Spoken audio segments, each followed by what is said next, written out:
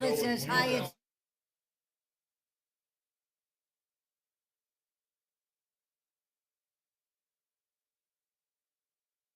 Well, thank you for getting in touch.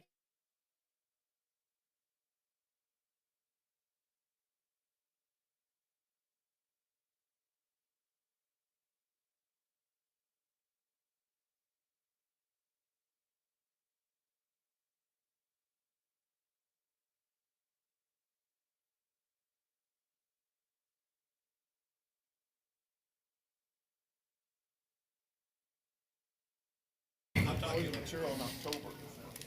Yeah, you bet. Ooh, a citrus pen. Oh, God. Good morning. Jesus. Everyone, Good morning. How are you, sir? great. Good morning, everyone, and welcome to the 2025 Legislative Priorities and Strategic Progress Report Workshop. Thank you all for being here today. This workshop is always a vital part of our responsibility to provide clear leadership and make strategic decisions that best serve our residents that will impact Citrus County's future. Our county faces many opportunities as well as challenges, and it's essential that we carefully evaluate each request through the lens of long-term benefit, fiscal responsibility, and in alignment with our community's needs and values. As commissioners, we have a duty to balance immediate needs with sustainable growth, ensuring that every dollar allocated advances our goal for economic development, public safety, infrastructure, and quality of life. I encourage open and respectful dialogue today. Let us bring diverse perspectives to the table, ask thoughtful questions, and work collaboratively to build a legislative agenda that reflects the priorities of Citrus County as a whole. Together, we can provide clear guidance to our legislative representatives, advocating for resources that will strengthen our county and improve the lives for all who call Citrus County home. Thank you again for your dedication and commitment, and I look forward to a productive and focused discussion. With that, I am going to open it up for invocation. Commissioner Finnegan, would you lead us in that? And sir, would you lead us in the Pledge of Allegiance this morning? Please rise.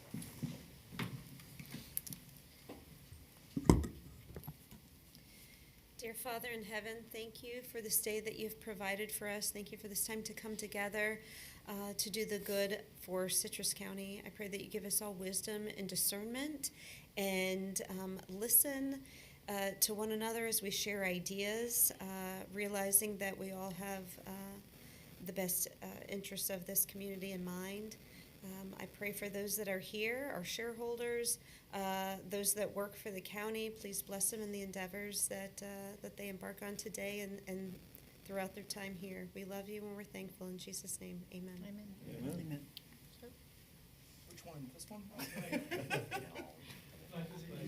To the flag of the United States of America and to the republic for which it stands, one nation, under God, indivisible, with liberty and justice for all.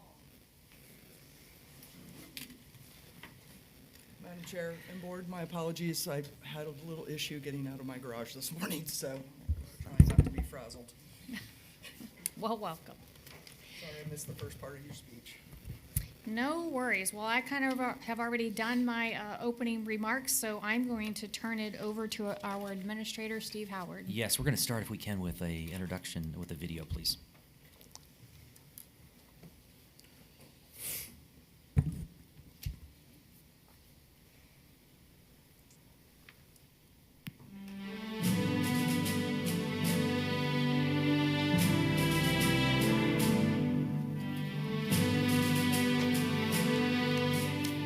Henry Ford once said, "Coming together is a beginning.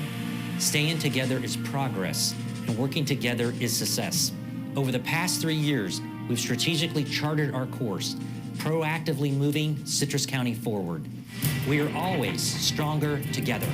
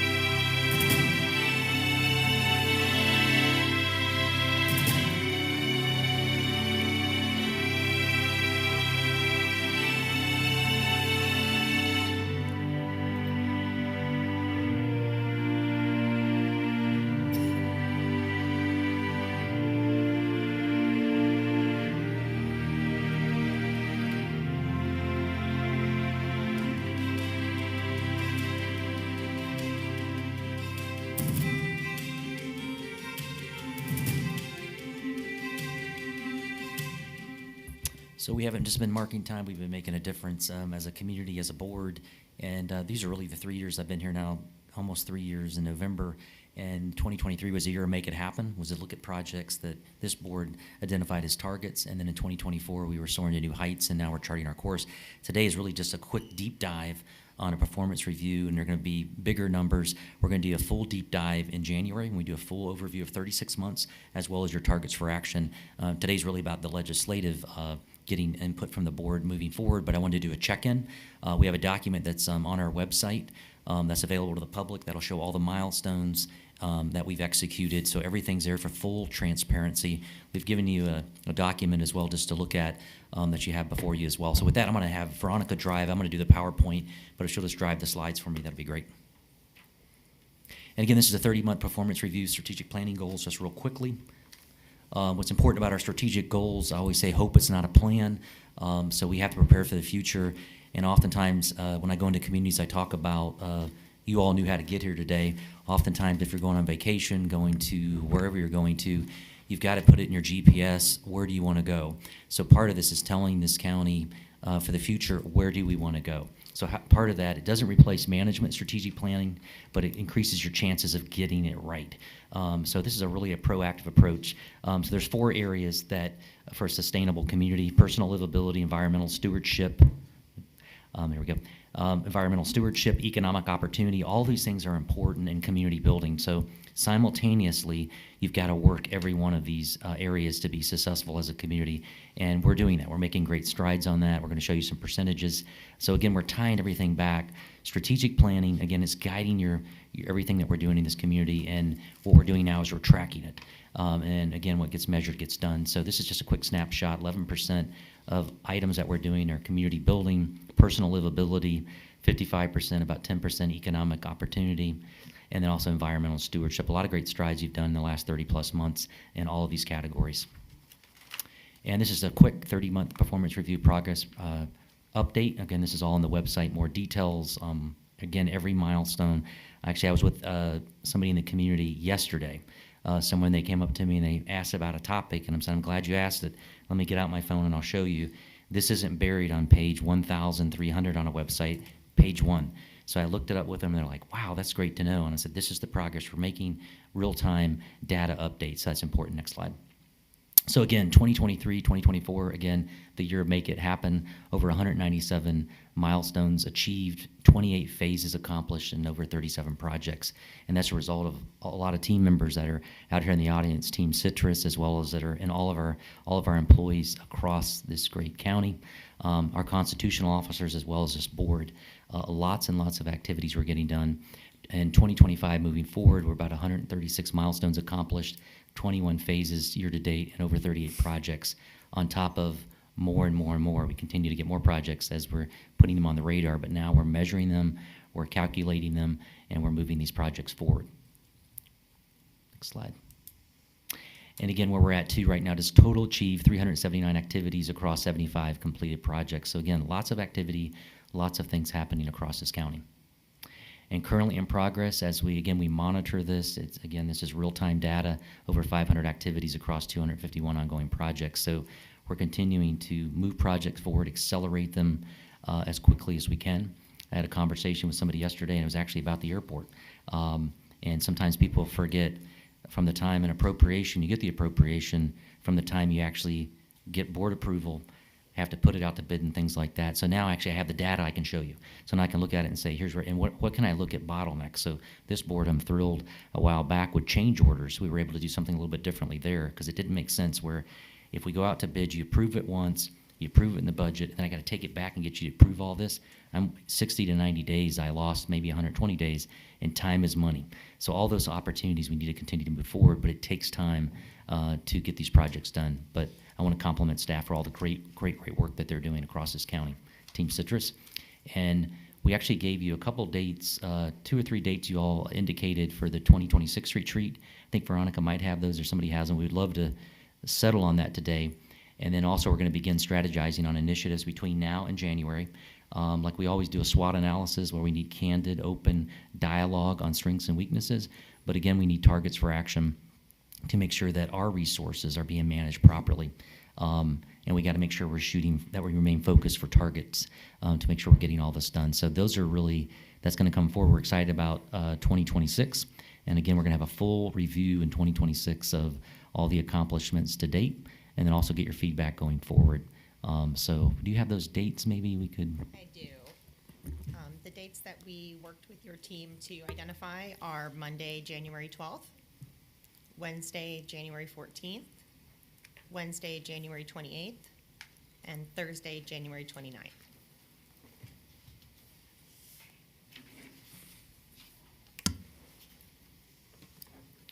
I'm gonna sleep a few times between now and then.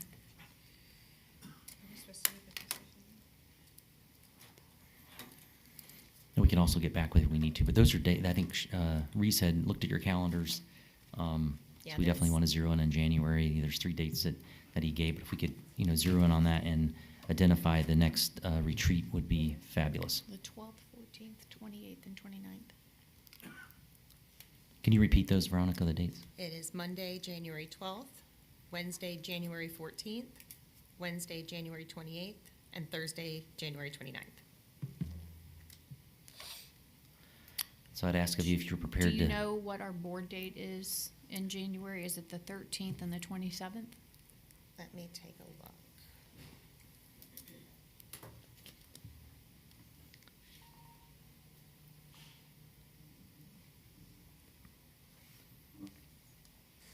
Veronica, this is typically an all-morning thing, right? So not afternoon? It would be a morning, but we could do an afternoon if your schedules required that. No, afternoons is when I'm busy, so. Okay, on some yes, of those it should be days. a morning. Yeah, we like to start the morning's best.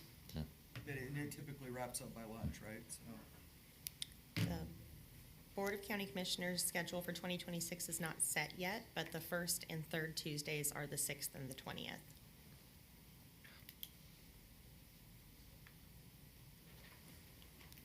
so you said 12th, 14th, 28th, 29th. 29th. and 29th. I'm good all 4 of those days in the morning. Does anyone have a specific conflict or a date that does not work for them? Not at this time. Okay. I'll work with the team to get that solidified then. Okay, perfect. We can go to the next slide. Next slide. Just a reminder to the public, anybody that's watching, again, our dashboards are online, so they're updated. So lots of great information on there. Also, Citrus County in Focus, an award-winning monthly documentary. Basically, we do with drones and things like that. A lot of good input that we're getting from the feedback from the public with that. Again, another opportunity to communicate all the positive things that are happening in Citrus. And again, I got to compliment again Team Citrus again for all the great things. We just got another notification on the good work Ken's doing in utilities where they affirmed the bond rating there. So we actually improved our credit rating in the last 30 months as well as affirmed it, which is a big deal. So I compliment the board and all the great financial management strategies that we're doing as a Team Citrus. And again, amazing strategic planning document, only 1 of 3 in the nation to get that, the only one in the state of Florida, and all the NACO awards. So we're winning. Team Citrus is doing an amazing job, and I compliment all the folks that are working hard every day on behalf of the citizens of this county to continue to move this county forward. And again, this is available, the full report with all the details back up there on our website, citrusbocc.com. You can go there. You actually see again, it's all on the front page. You don't have to go multiple pages to get to it. It's all there for transparency. And I'll leave you with a good quote. A leader's job is to look into the future and see the organization not as it is, but as it should be. And we're all leaders. I say that everybody's a leader in this organization, this board, in this community. It takes everybody to move Citrus forward. Change will happen.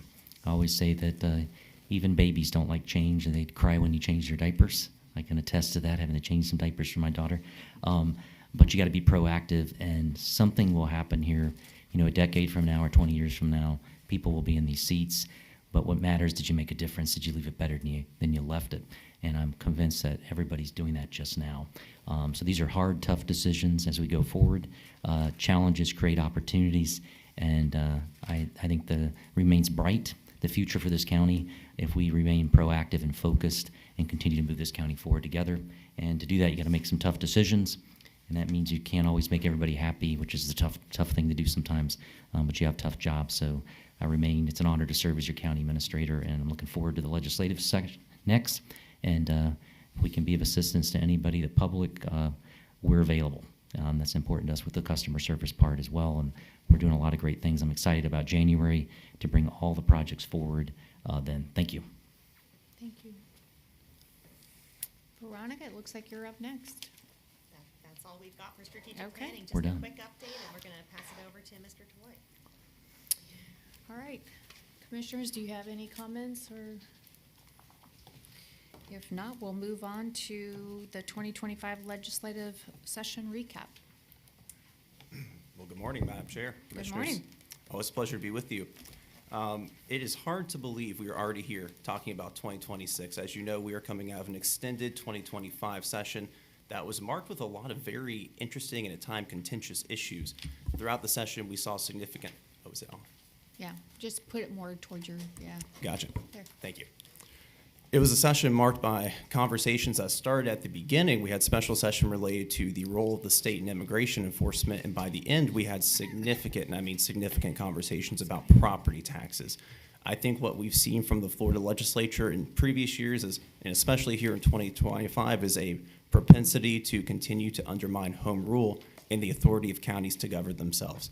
There's continual unfunded mandates being placed on both our county, other counties and municipalities from across the state of Florida.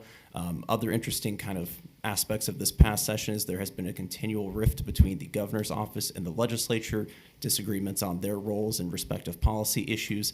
But I don't want to jump the gun. We actually have our extraordinary lobbyist, Sarah Susky, here this morning from the Advocacy Partners. And I do want to take a second and brag on Sarah.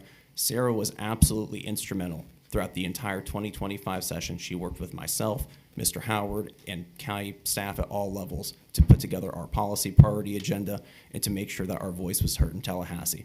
I will say that comparative to other counties across the state of Florida, we had an absolutely phenomenal session. We managed to bring home $6.4 million in appropriations for Fire Station number 8, that's out at the Inverness Airport Business Park, as well as $2.9 million for the Hall's multi-use path.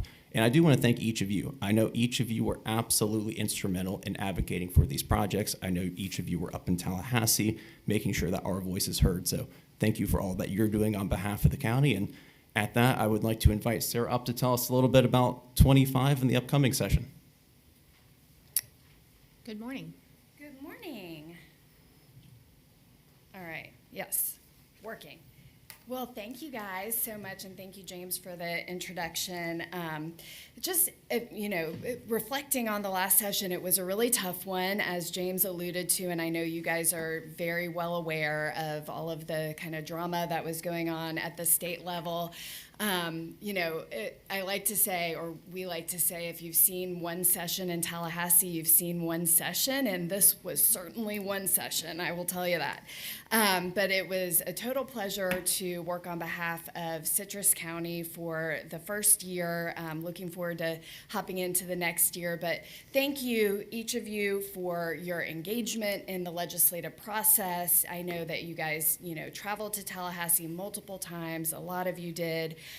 James and I think, were on the phone almost every single day throughout session. So lots of communication. And it was, anyway, I'm just grateful for your engagement, for the level of staff that you guys have, all of your department heads that have been resources and able to get on a call at a moment's notice to explain something to me that I didn't understand or needed help articulating. But thank you, and I'll probably say that again 10 more times during this presentation. But session this year, supposed to be 60 days. It seemed like it was never going to end. It ended up going 105 days officially. But they were able to complete a lot of policy work and bring us a budget for the state of Florida. There were, we had a great tax package. The conforming and implementing bills just all took a little bit longer than it typically does in the state, and the governor signed the budget with about 13 hours left in the fiscal year on June 30th. But it was a wonderful budget, and it was fiscally conservative. About $115 billion is what the legislature decided to spend, and they made investments in the environment with sea level rise and Everglades projects, certainly a lot of investment in emergency preparedness, giving all the residents of the state a permanent back-to-school sales tax holiday and some other sales tax holidays. Total elimination of the business rent tax, which has been a huge priority for the business community over the past several years in the state. And then the two projects for Citrus County. There were others in the county, but the ones that you guys advocated for with the fire station and the Halls River Road multi-use path. And those ones were approved by Governor DeSantis. He vetoed about $600 million worth of projects this year, and a lot of them, almost all of them, were local projects similar to ours, which were saved from the veto pen. So very grateful to the legislative delegation and, again, all of the hard work that you guys did during session and leading up to it. Lots of policy legislation passed. I'll talk about a few of them. Senate Bill 1080 was local government land regulations. They shortened the timeframes for local governments to process permits and kind of created a carrot and a stick situation where there would be some penalties for not processing permits.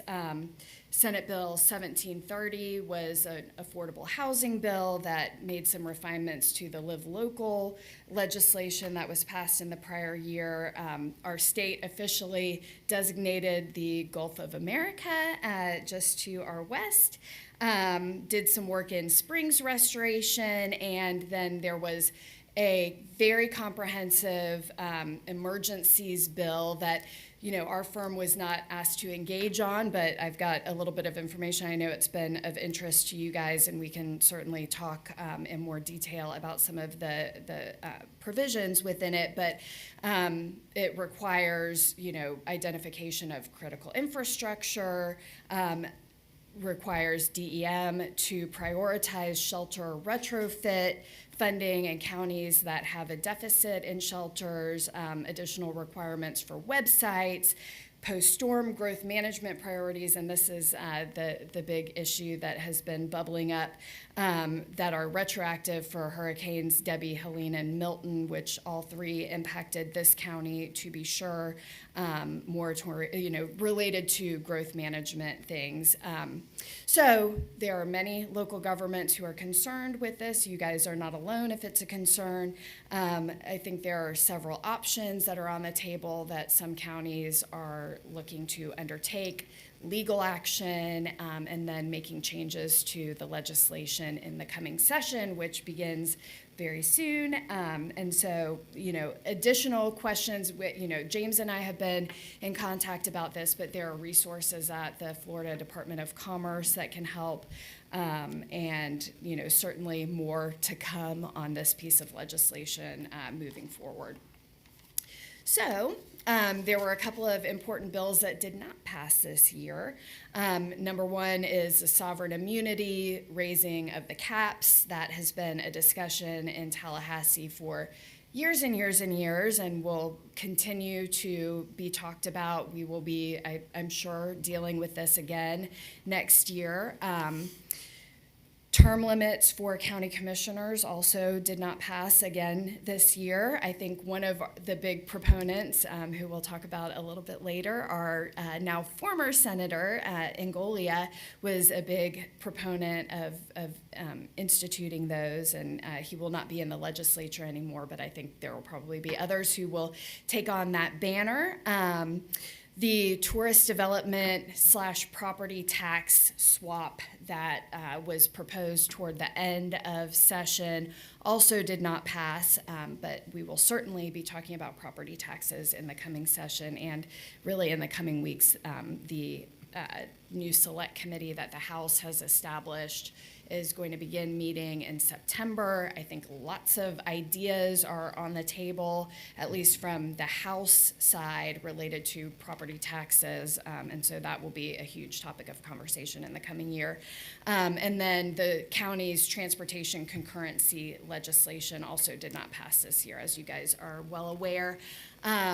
So just to touch on that, we have been in talks with staff in the Senate Community Affairs Committee. I know you guys have talked to Senator McClain, who is the chair of that committee as well. And so, a big goal, I believe, for the county is going to be actually, taking another look at that issue and how we can try and find a way to fit the county back into that system. And so certainly that will be something that we'll talk about a lot in the future.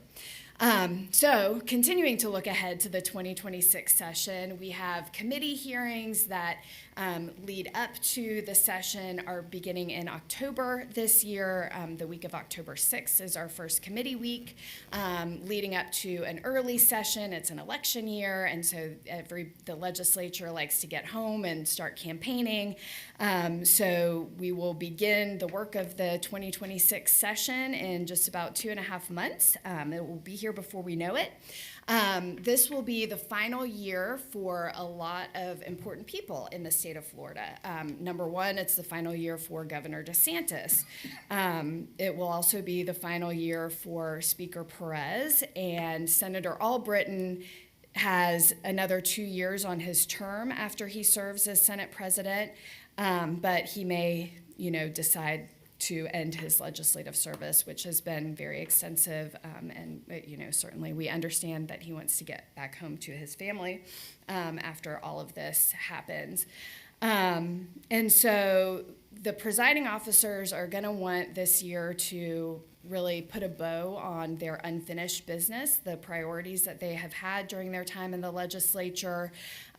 This will include property tax reform, sales tax reform, property insurance issues, and a wide number of other issues. They haven't been quite clear on exactly what they intend to do next year, but we will find out soon enough, and we'll certainly have a fiscally responsible budget in the state of Florida again next year, and so it's going to be wonderful, and it'll be here before we know it. I also alluded to, you guys are very well aware of the changes in the legislative delegation here in Citrus County that are coming upon us. And, we have had Representative Grow in his first year in the legislature, and he has been an incredible champion for Citrus County. I have been continually impressed by him. In the way that he has conducted himself in the legislature, his tenacity, he is a huge asset for our county. And Senator Angolia was a fierce champion for us as well, and wonderful to work with. Very grateful for everything that he did in working on our appropriations and trying to be thoughtful about the way that he approaches local government legislation. That being said, he has now been appointed finally to be CFO of the state of Florida.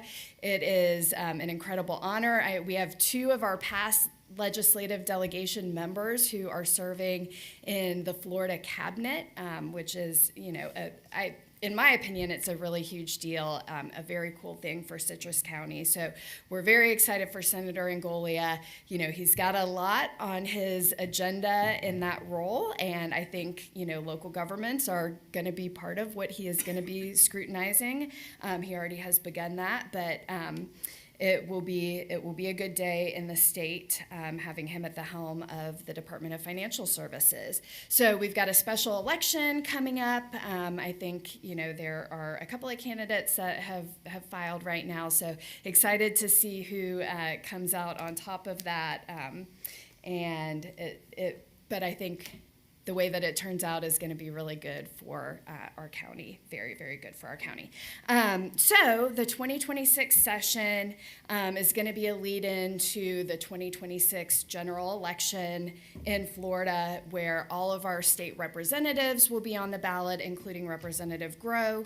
Our governor's office will be up for election. Right now, as it stands, it's looking like Congressman Byron Donalds, former state representative, is running in the Republican primary, and likely that our new lieutenant governor, the former senator, Lieutenant Governor Jay Collins, will potentially run for governor as well. And they will face whoever is elected or whoever wins the Democrat primary, and that election will be in November of next year. Also, we've got a new Attorney General in the state, James Uthmeyer. He was appointed. He will be running for re-election. Our Agriculture Simpson will be running for re-election, and also CFO Angolia. So it will be a robust election season next year, and I'm sure all of our TVs and newspapers will be inundated with campaign ads, so we'll all get ready for that together. So that's, kind of what we have to look forward to in the legislative session. I know we're here to talk about legislative priorities. Funding priorities tend to be kind of the biggest one, so I want to address, the outlook for the budget in the state for next year. Number one, as this county has experienced, the state also has experienced, even though revenues continue to increase, the cost of providing services to the constituents of Florida also continue to increase. And that means that our state and the fiscally responsible leaders who are making the decisions on our budget will continue to want to tighten the belt. The days of the federal funds from COVID are over in Florida, and our state has been hit, as we personally very well know here, by many hurricanes over the past couple of years. And this year, knock on wood, everything's looking okay so far, but it's early in hurricane season. The state wants to be prepared to recover from additional hurricanes as well. And so putting money away into reserves is going to be a priority, and just keeping Florida as fiscally conservative as it has been in the past will continue to be a priority. And that being said, I think we ought to anticipate that the money is going to be a little bit tighter next year as we look at projects that we're going to be asking for, and also cognizant of the fact that the legislature, and especially in the House, they are very interested in seeing that local governments, when they come to the state asking for money, have skin in the game. And so that local match dollar amount, whatever it is and however much the county can put toward all of these projects, is very important, and it is highly considered when legislators take a look at projects that are on the table to be funded. In terms of what kind of projects legislators look favorably upon, in my opinion, things that are well thought out and have a regional impact, or are maybe a piece of a larger project that is moving toward a big goal that the county has, are always favorably looked upon. Last year, I think with the fire station, the comprehensive need for the fire station in Inverness was very, it spoke to legislators, and the insurance rates for the citizens, how high they were, and how, what kind of an impact that would make for the people in that area, definitely was something that was considered favorably by the legislature. Water quality, we have a lot of springs in Citrus County. We're on the Gulf of America. So projects like that are certainly going to be looked at. The state does have grant programs for water quality improvement and for septic to sewer conversions. That being said, projects like that are funded in the budget and survive the governor's veto pen from time to time. So those are certainly things that we should consider submitting applications for. Infrastructure projects are also a big deal in the legislature, and we ought to be mindful of working with the Department of Transportation and their 5-year work program on some of the bigger projects. And I would also, I know that this commission has discussed transportation planning, et cetera, a lot. And I think, working toward the goal of putting together a comprehensive plan for the county is fantastic, and then using that to tackle projects that would help achieve our goals is certainly a wonderful thing to do. And I do also understand that we have a big need for resurfacing in Citrus County, and that those are certainly good projects that the legislature likes to fund. So, all of that being said, there's never a dull moment in Florida, never a dull moment at all, and things will probably continue to be a little bit contentious amongst the legislature next year, but I think all of our leaders have the good of the state of Florida and every single citizen at heart, and they try to do what's best for all of us, and so we're, certainly grateful to them, and I'm grateful for the opportunity to continue to represent the citizens of Citrus County. This community is very dear to me personally, and it's a really big deal for our entire firm to get to represent you. I know none of my colleagues were able to come with me here today, but everybody, they are always asking me what's going on in Citrus County, and we're talking about everything all the time, and it is really a team effort. So thank you for the chance to play a small role also in the really good work that you guys are doing here in this community. And I know that you guys are striving every day to be responsible stewards of the resources that the citizens of Citrus County have given you, and we're just grateful to be here. But I'm happy to answer any questions, or I can just kind of hang tight as you guys have your discussion and pop up for any questions that you have. Commissioner Barrett? Yes. Is this on? Yes. You just have to Okay. get close to the mic. I went to some meetings, and it was brought up by some of the legislators that were at the meeting that there'd been talk about a homestead exemption of $500,000. Have you been hearing that also? And how far along the lines have you been hearing it? Does it look like it is something that may be on the horizon for 2026? Yes, ma'am. I do think that an additional homestead exemption, it seems like every year we have one for military spouses. We have, there's a new one that goes on the ballot, every 2 years, I guess, but every legislative session. Certainly property taxes have increased across the board in the state of Florida, and it is probably hitting the people who have owned their homes for the longest, the hardest. And so I think that there is a real desire among legislators to address that issue. I don't, we can sit here and talk about the why of the increase in property taxes and insurance costs. I think they go hand in hand in a lot of ways, because our values of properties have increased extremely quickly in the state of Florida as people have continued to move here. Our economy is doing really well compared to other states. And so the value of our homes are going up. So therefore, the value of replacing a home or replacing a roof, all of those costs are going up, which is causing insurance costs to go up. And when your value goes up, your tax assessment goes up as well. And so I think that legislators and the governor are very intent on giving some kind of relief to homeowners.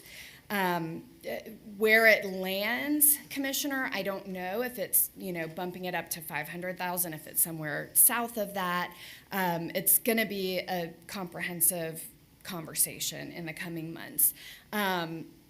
all of that, whatever the legislature decides, will then need to go on the ballot in 2026 for, it will have to have 60% approval by all the voters in the state of Florida. And that's a high watermark to hit. That's a high bar to meet in a lot of ways. And I think that, anyway, I tell you what I think, but yes, I do.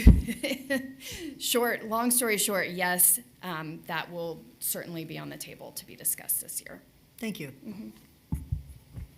Madam Chair, Commissioner Davis. follow-up question on the same subject. We are restricted on how we can fund various things. For example, we have a millage cap, and MSTUs have the same issues as regular ad valorem. Are they taking all of that into account, that they're going to essentially defund county government, that they need to look at the whole picture? Yes.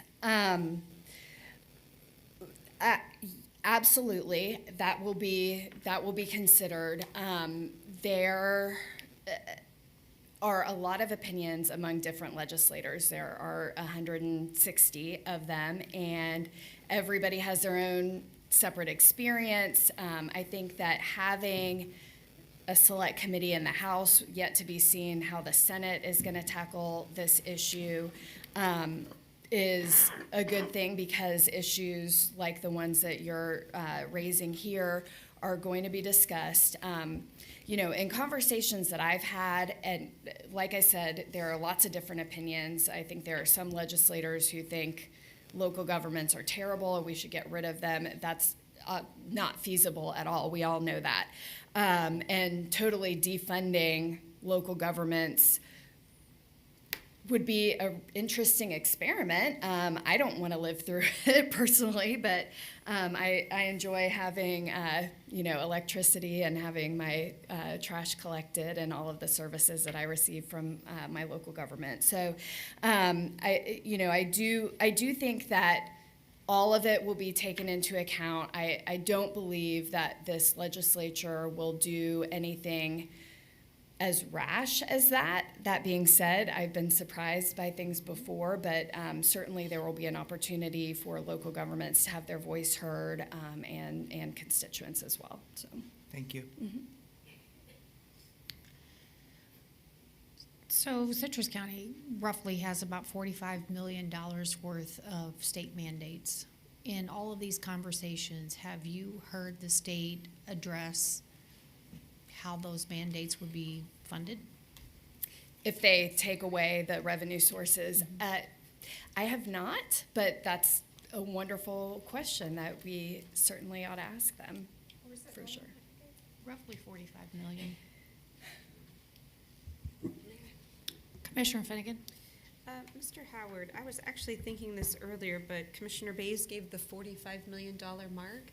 Could we get a list of that, of what makes up these unfunded mandates? Because even as of yesterday, I was answering a constituent, and they were wanting a reduction, and I think we all got the email about property taxes and my feelings, which, yes, I pay a lot of taxes, but how is that made up? And I was explaining some unfunded mandates, but it would be nice. We have that. Yeah, we have that It's in your available. budget book. Yeah, we'll get that. We're in the middle of. But is it type, like, I want Yes. something that can be sent to the community, like unfunded mandates from the state, like it's Yep. clear. Right, we can do that. And we're trying to do some better publications with some YouTube videos and stuff that actually break out the dollar bill as well. So we're trying to do a better job on that too, to show that. But we have that, and we'll make that available, and I'll have PIO office also help in that and get that to you, the whole board. And I do know Yeah. in the budget, but just very specific. Yes, we language. do. We actually have by line item. Yeah. They listed out every single what those services are and how it ties back to the statute. I do know what you're talking about. I Yeah. don't know that's an easy look for, but maybe. Yeah, but we can do it in a little. I can picture where it is in the book now. Yeah, no, we can do it in a better format. So part of it is kind of doing this in a dollar bill that kind of shows how many pennies are going to these unfunded mandates every day. But we'll do something that Okay. you'll like. We'll get your input. Thanks. All right, thank you so much. Okay. Thank you. All right, Madam Chair, are we good to move on? Yes, sir. Fantastic. So kind of just hearkening to what Sarah was saying, I think it's important. I want to start with the potential funding requests here. I think it's very important to keep in mind that when we are asking the state for funding, we're asking them to make an investment in our community. So I would ask, as we go through each of these projects, for each of you to just assess what is the return on investment for the state of Florida, not just for the county. That's what makes for a good project. That's how you get there to the finish line, is you are ensuring that the investment is adequate to the state as far as a return. Now, I'm going to go a little out of order here because we do have some special guests with us in the audience who are going to speak on this issue. I met with the chief a couple of weeks ago on this particular matter. He has told me, and I'm sure you're all keenly aware, that the fire training facility we have here in Lecanto is very inadequate for our future needs. The buildings are becoming, for lack of a better term, dilapidated. The classrooms require continual maintenance, and the fire tower is going to have to be replaced here at some point in the near future. So the chief believes that we should look at investing in a regional public safety training facility, a complex where we can house the Citrus County Sheriff's Office as well as the school board's police department in one area for training purposes. As you know, we are a certified training facility here in Citrus County, so we think that there's some cross-jurisdictional opportunities there, perhaps with Marion County, Levy County, Hernando, bring them in and allow them to use our sites for a fee, of course. But at this time, I do know the school board is already working on something similar, a project that runs parallel to this. So, Mr. Dixon, I would like to invite you up to speak on this matter.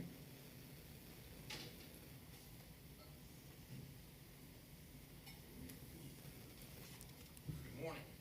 Good morning. Do we have a picture, a location?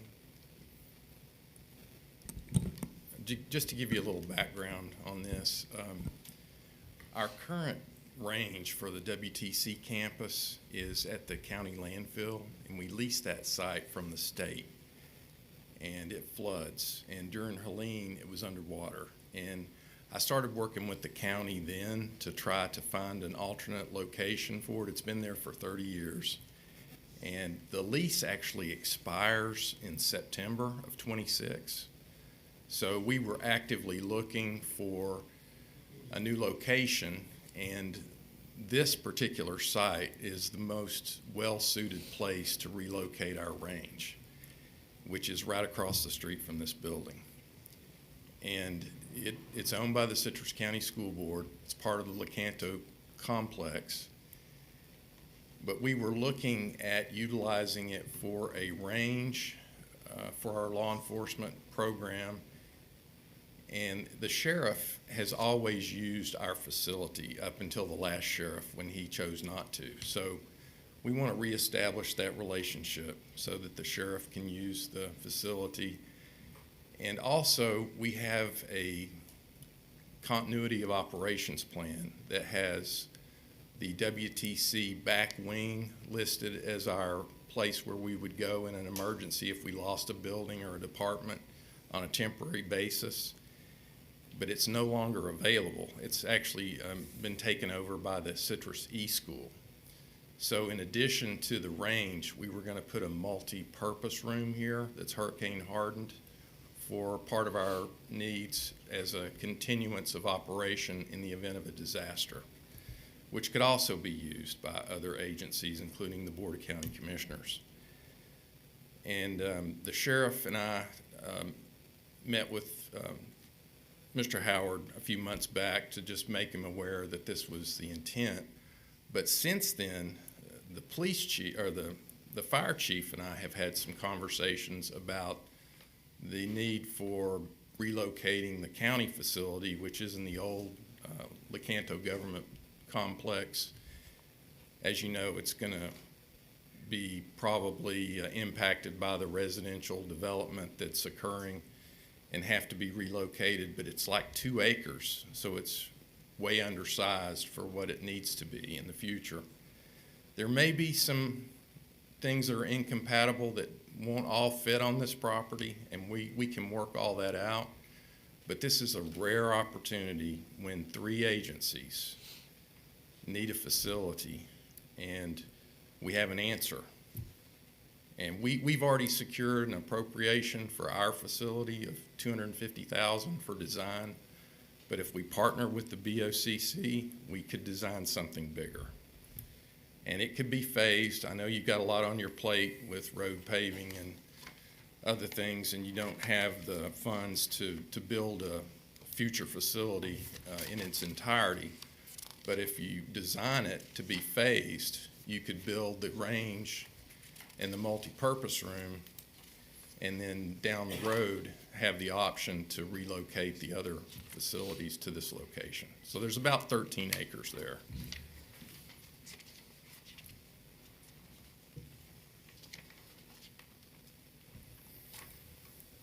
Sheriff, did you want to say anything about it? Yeah. Are we doing some questions for Mr. Nixon? I think you. Good morning. How's morning. everybody? So Chuck and I actually, we began working on this probably almost 2 years. I think it's approaching now. In my previous role as the police chief and the director of the police academy. So just to give you a little bit of history, in the last couple of years when that new cell was built, we've been at that range almost 40 years. I actually did my police academy there 32 years ago.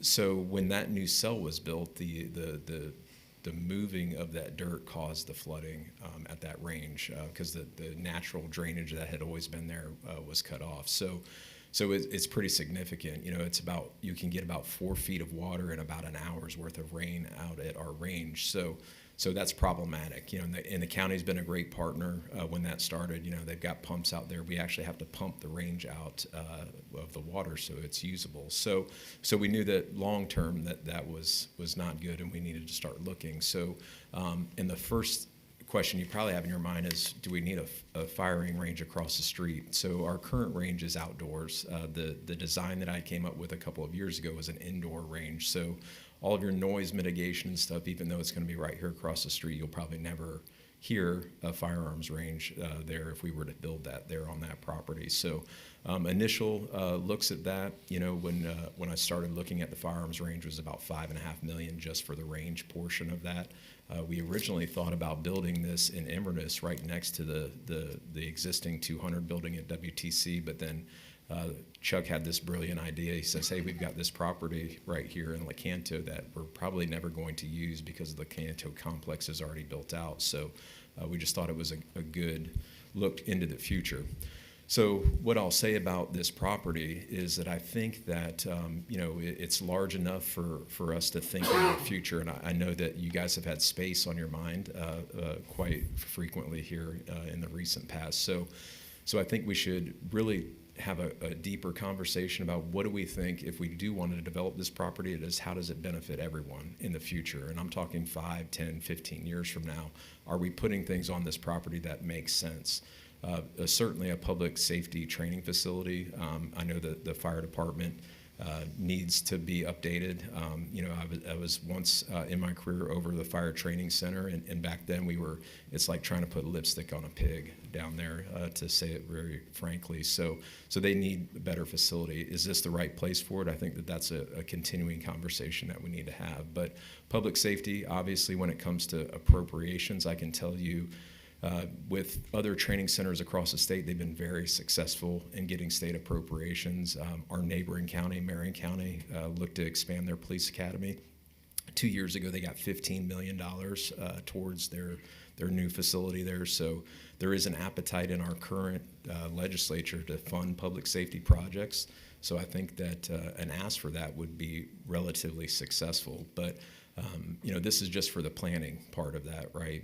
The school got their $250,000 this year, and I think that's going to go, and Chuck can probably speak more on that, but that was really just to design the one building and maybe a multi-use building on that property. But long term is creating that plan that makes sense for our county. So I think that there's a lot of conversations to be had there, but I think this is a great opportunity to use some property that's right here in the middle of our county that makes sense for me. For my position now as sheriff, when I look to the future of our agency, the center of this county makes sense for a lot of reasons. When it comes to, we don't own our fleet maintenance building right now. We're leasing that from a private individual. So I think that we need to get back into putting our people in county buildings, and where do we do that? So for my vision into the future, for even long past myself and my tenure, is that the center of this county makes the most sense when it comes to sheriff's office operations. Statutorily, I'll always have an office in Inverness because I'm required to do that. but that footprint could be very small in Inverness, compared to the center of this county. So I think those are the conversations that we should be having about when we have opportunities like this to look at what makes the most sense, 10, 15 years from now, once other people than us are sitting in our seats. So that's all I have on that. Anything else? Commissioner Finnegan? I have just some questions about the money, looking at the information. So the school received $250,000 already for planning, correct? Yes. And then it says that if this board approves, we could commit $500,000 for local funding, but then it says that we would ask for $1.5 million for the construction of the public safety training facility. Now, the sheriff, I believe, said was 5.5 for the range. So is it 5.5 for the range, 1.5 for the building, and then the 500,000 and the 250,000 for planning and design, or do I have the numbers messed up? Well, I can't speak to all of those issues, but I think that depending on what we build there, it's going to be a lot more. It's just not going to be built today or in the near future. I think the range, I put it in the district work plan for $5 million, but that's about half of what it probably will be for just our range and the multipurpose room and the ancillary facility for the range. If the county puts fire services there, it's going to be a much larger project. And then we also want to reserve the right to bring our law enforcement training program over in the future, not anytime soon, but that's about 15,000 square feet that would be moved from Inverness over to that location. But there's 13 acres there. There's enough room there for a campus.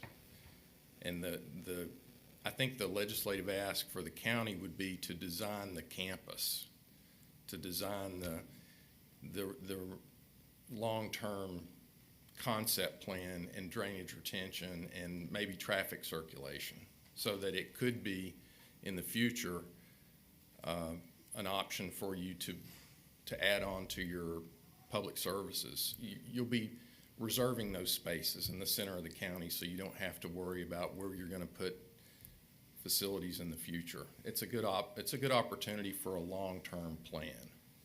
So, Mr. Toy, it says 1.5 million for the construction of, is that incorrect? Is it actually for the planning of construction? It is the design funding. So yes, I can understand the confusion behind that. And the We'll need to change this wording, I think. we before. certainly can change that in the final document. And just so you're aware, the 500,000, of course, has not been approved by the board, but we do have the funding available between our rescue facilities upgrade account and fire impact fees.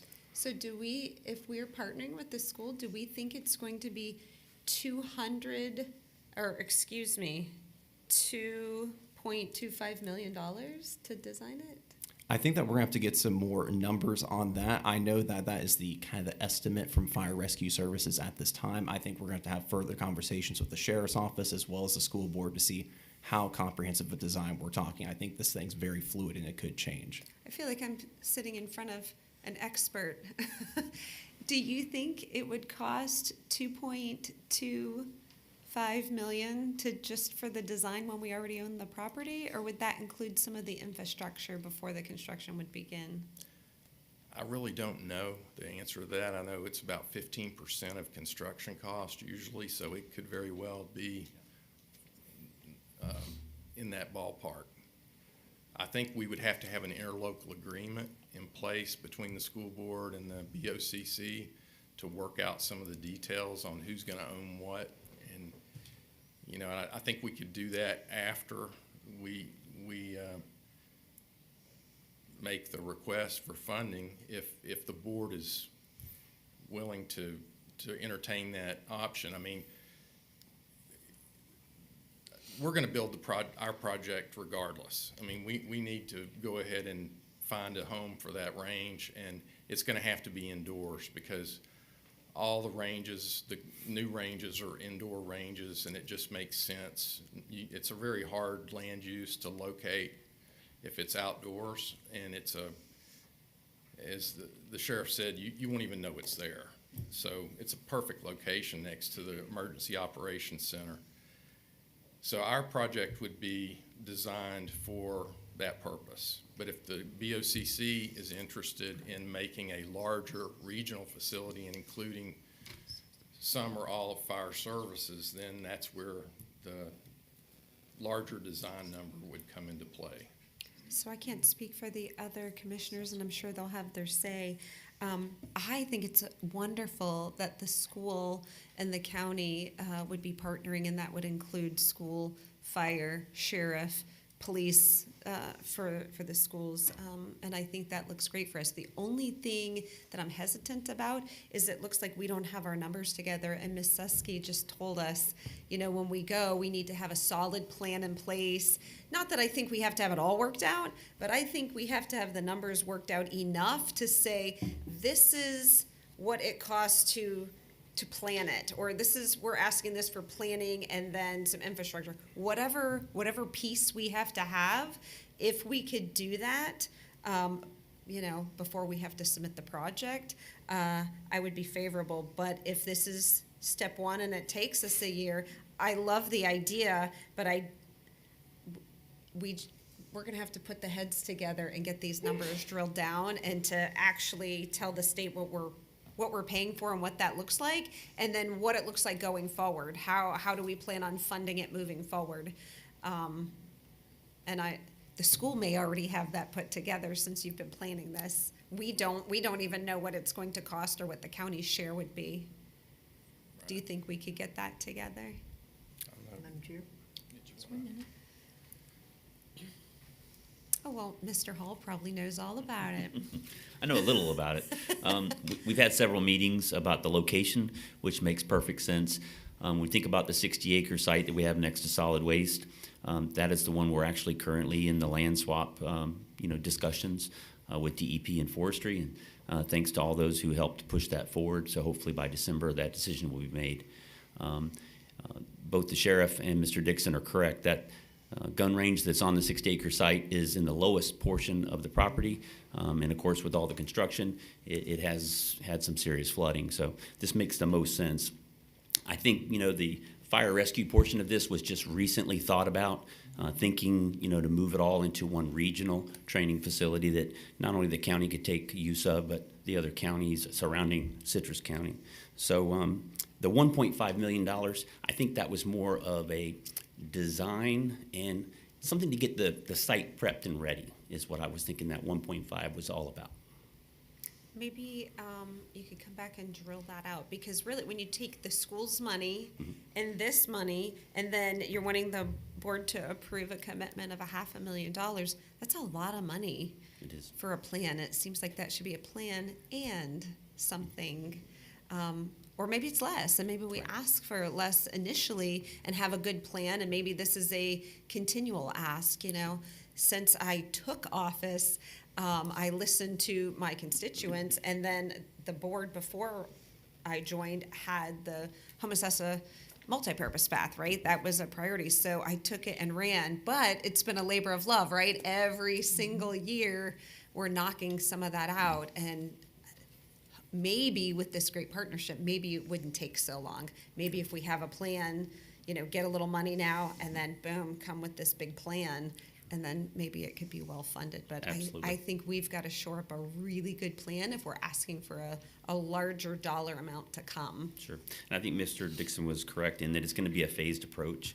At first we'll have certain services there that can then be added on because it is a large enough parcel to move all of that into one localized facility. So. Fantastic. Thank you. Commissioner Finnegan, you yield the floor. Yes, ma'am. Commissioner Barrett? Okay, if I'm correct in what you're saying, number one, the property is already owned by the school.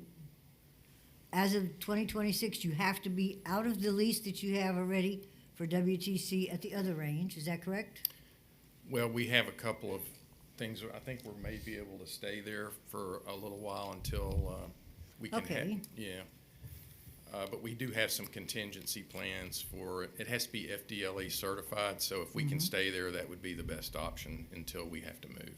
Did she say the school? I'm sorry for the interruption. Yeah, Is you the can- property owned by the school or the county? The So, school. so, The school? yeah, the property we're talking about moving to, on the 60-acre side of it, the lease that the county had with the 60-acre site was through DEP and forestry, and they did not renew that in 2021. That's why we're going after the land swap to be able to acquire that property. And of course, Mr. Dixon's lease is through September 2026 for the gun range portion of that. But when the land swap goes through, the county will then acquire the entire parcel. And of course, we're not going to make anyone move out. The gun range stays there until we have a backup facility in place. Well, that's why I wanted to make sure. In other words, if, in 2026, if we don't have the land swap, and it takes time, and you could say, how many years it's already taken so far to get the land swap? What if it doesn't come through? They will be out of a place to be, correct? And it's WTC, which is a school, okay? And it's school property you're talking about across the street from here to do this building, okay? Now you're talking about police getting involved, fire getting involved, school getting involved. Those are three separate things of which the taxpayers pay taxes, pay taxes, pay taxes. Okay, now my question is, do you, at the WTC, you charge people to take the range classes, right? Yes, ma'am. Okay, so it is sort of a moneymaker for you. Do you charge the police when they go there to practice? No. Okay, so our sheriff from the county can go there for free and practice. What about sheriffs from, say, Hernando or Ocala? Do they pay to go there? Can they use that facility? I think they pay, but if, when we build a new facility, there will have to be a charge. There'll for be a it. charge. Yeah. Okay, so there'll be a charge back to, who's gonna collect the money? The school system? Because you're on school property? And whose building is it actually? Is it the school building? Okay, so these are similar questions that I have. Okay, so the funding for this is actually gonna come from three separate departments or agencies, Yes, ma'am. correct? Okay, of which all three come from the board, correct? Well, except for the schools. Well, the school, you tell the people how much the property taxes are, and then we have to turn around as a board and say, this is your property taxes. Right. So it actually comes from the people. Yes. Okay, so I'm just making sure on this, because I see dollars and dollars, and she's correct. You know, 1.5 million for construction, you're nowhere near construction, and yes, it's gonna be the design, not construction, so the terminology was wrong. Because you don't have a complete design, do you? You got 250,000 from the state, but you don't have your design done. I think what we would do is we would have an interlocal agreement with the county and the school board to hash out those details about who's gonna own what and how it's gonna come together. I think the purpose of this is just to find out if you wanna ask for a legislative appropriation to design a project once that's done. Once we have I mean, we don't know all the details today because it's a big project. This is a regional project. This is the kind of thing the legislature loves to see, are regional projects that benefit multiple agencies. Oh, no, I see the benefits to all the agencies. I go to the fire department things, and I see the building that they're in, and it does need updating or increase or whatever. And I do see that we do have other counties use that facility and pay to get their fire department people trained properly that way. So I understand there is a need for this. There's some economy of scale with the sheriff. What I'm seeing is you're asking for these asks, and they're not, you're putting the cart before the horse.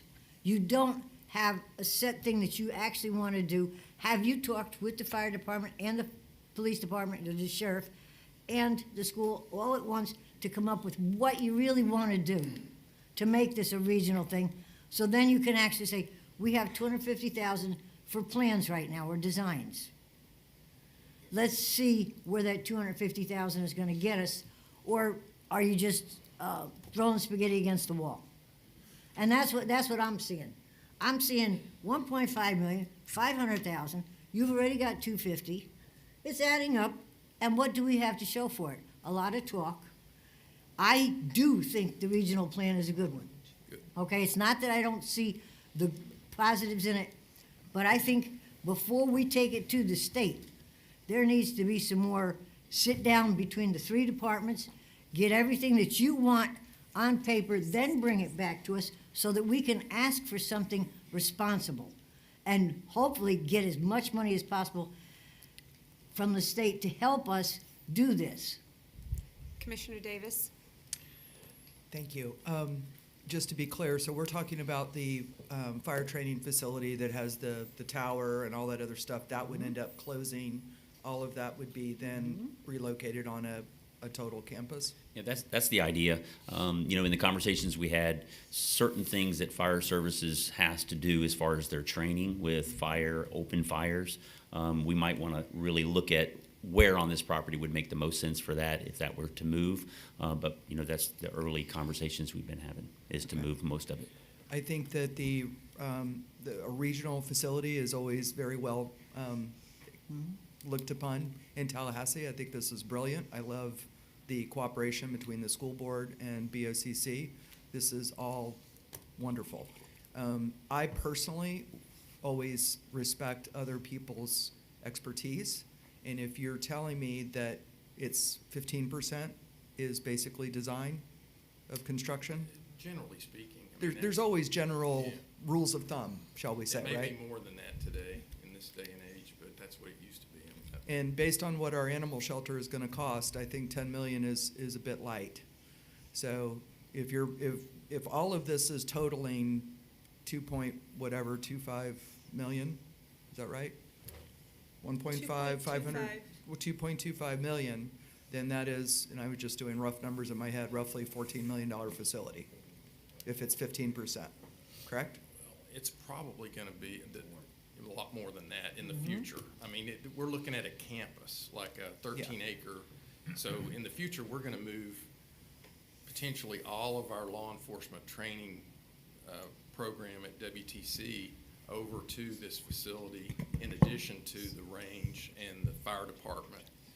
So in the future, it could be a lot more than that. What you're designing today would be the initial plans for the project, like the campus, the drainage retention, the traffic circulation, the ingress and egress, the infrastructure, and the first phase of it, which would be the range.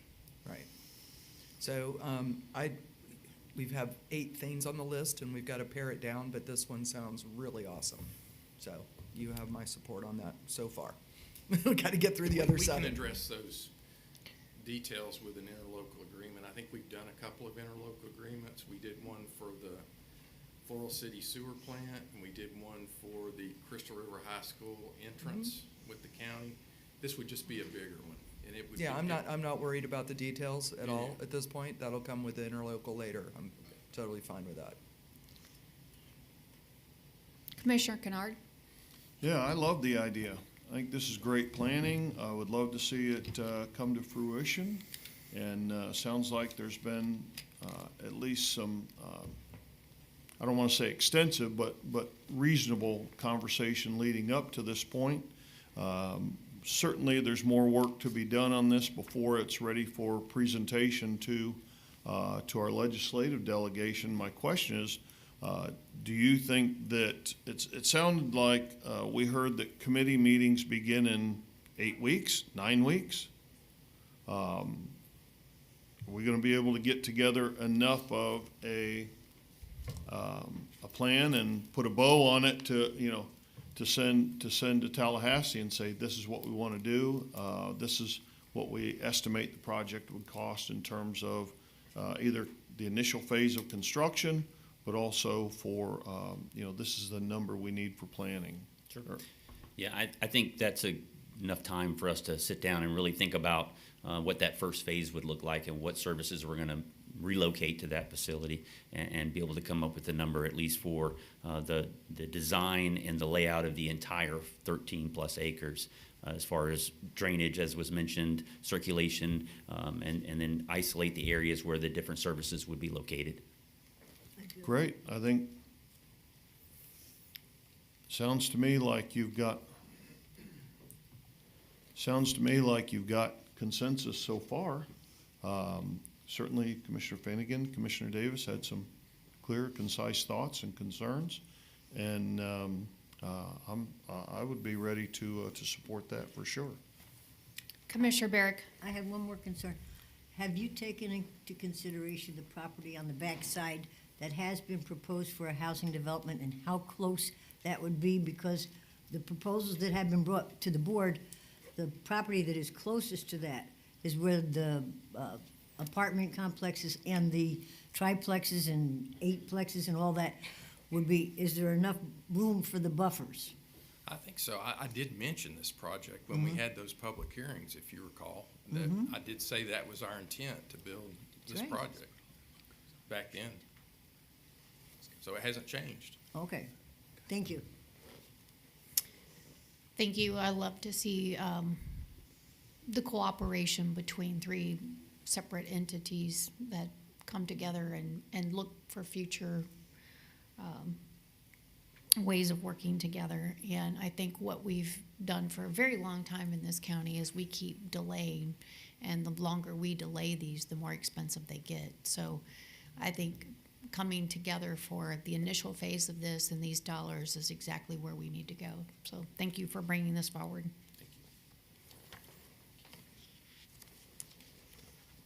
And Chair and Board, just so you know, we will be coming back in September with a list based on your recommendations today. So a lot of these issues, we're going to try to sort out the kinks prior to then, and we'll see where we stand at that point in time. Today is really more of a first bite of the apple to kind of get a temperature check to see where you stand as a board, but just wanted to let you know nothing today is final. Commissioner Finnegan. Do you have a board date in mind with our board meetings coming up that, like, you're tweaking all of this? Like, we had some questions about getting our numbers together because it sounds like most of us really love this project, but my nervousness, and I kind of heard that, like, will we be ready for October? Our experts seem to think that we will be, but it needs to come back to us kind of all shaken out before we can get it to Ms. Susky. So do we have a board date? Are you thinking something in your head, like I really have to have this together and get it back to the board by? We certainly want to have it in by the end of September, so I was going to actually ask that question towards the end of this meeting to see if there's a particular date that you as a board wanted to shoot for. I'm amenable to any time. And, but it needs to obviously be before October.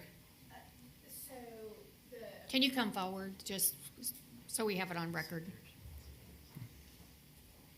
So sorry. The appropriations request forms, and Michael from Representative Groh's office just walked out, I think, but the request forms should be due around Thanksgiving time, so that would be for them to be submitted into the system in the House of Representatives.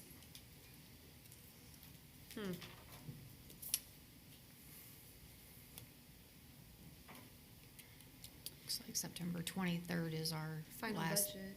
I mean, talking about the budget and talking about our projects kind of makes sense, right? I mean, not that we couldn't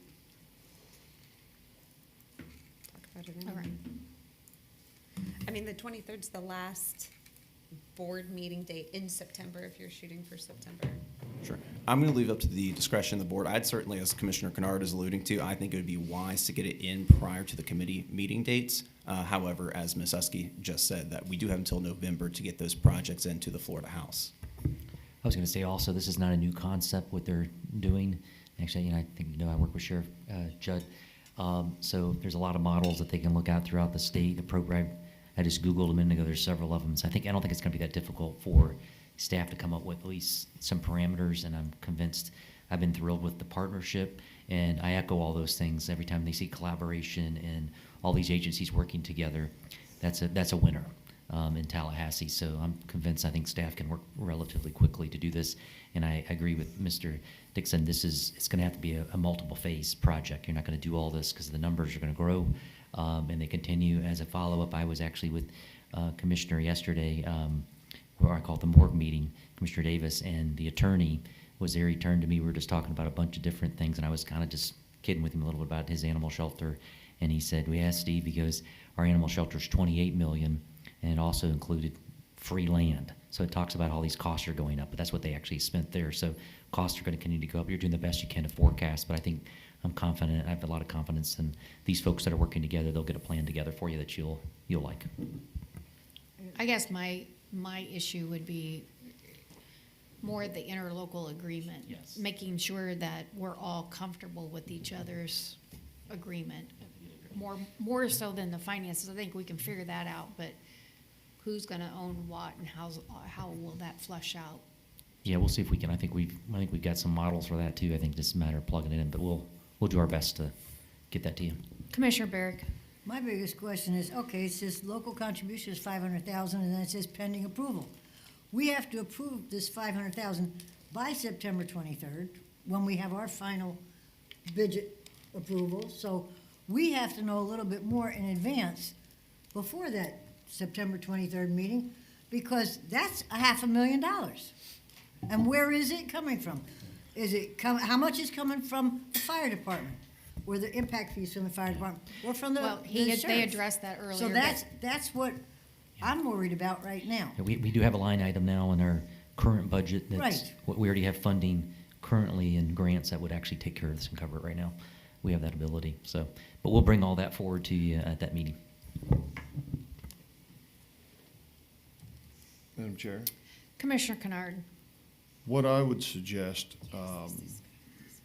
is that this board we've given direction to the parties involved. The county commission supports this idea.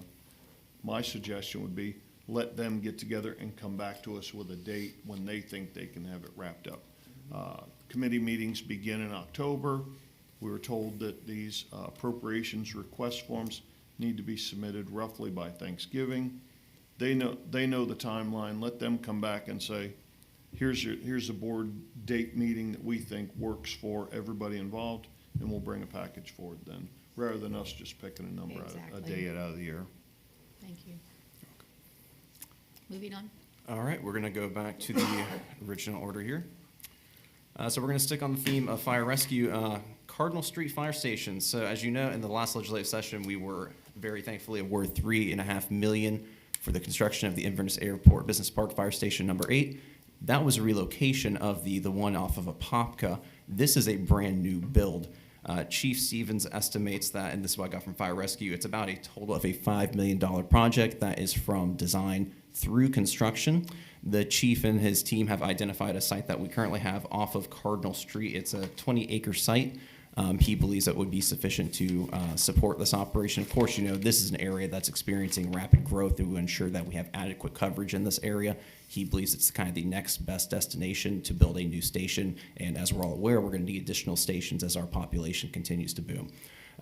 For this in particular, he has suggested that we provide a $1.5 million match for this. Again, similar to the last project, this would come out of the Fire Rescue Facilities Upgrade account, as well as our fire impact fees. And he's confident that it's a $5 million total project. So if we could secure that $3.5 million from the state, we would have a complete project at that point in time. Commissioner Kennard. Yeah, I wouldn't support this ask, not at this point anyway. My suggestion is that the Board of County Commissioners first put back into place fire concurrency, and then right now, this is not an area of the county that is rapidly developing. Could it come eventually? Yes, absolutely, it could come. But let's get fire concurrency back into place first. I've been told that's a relatively easy lift to do.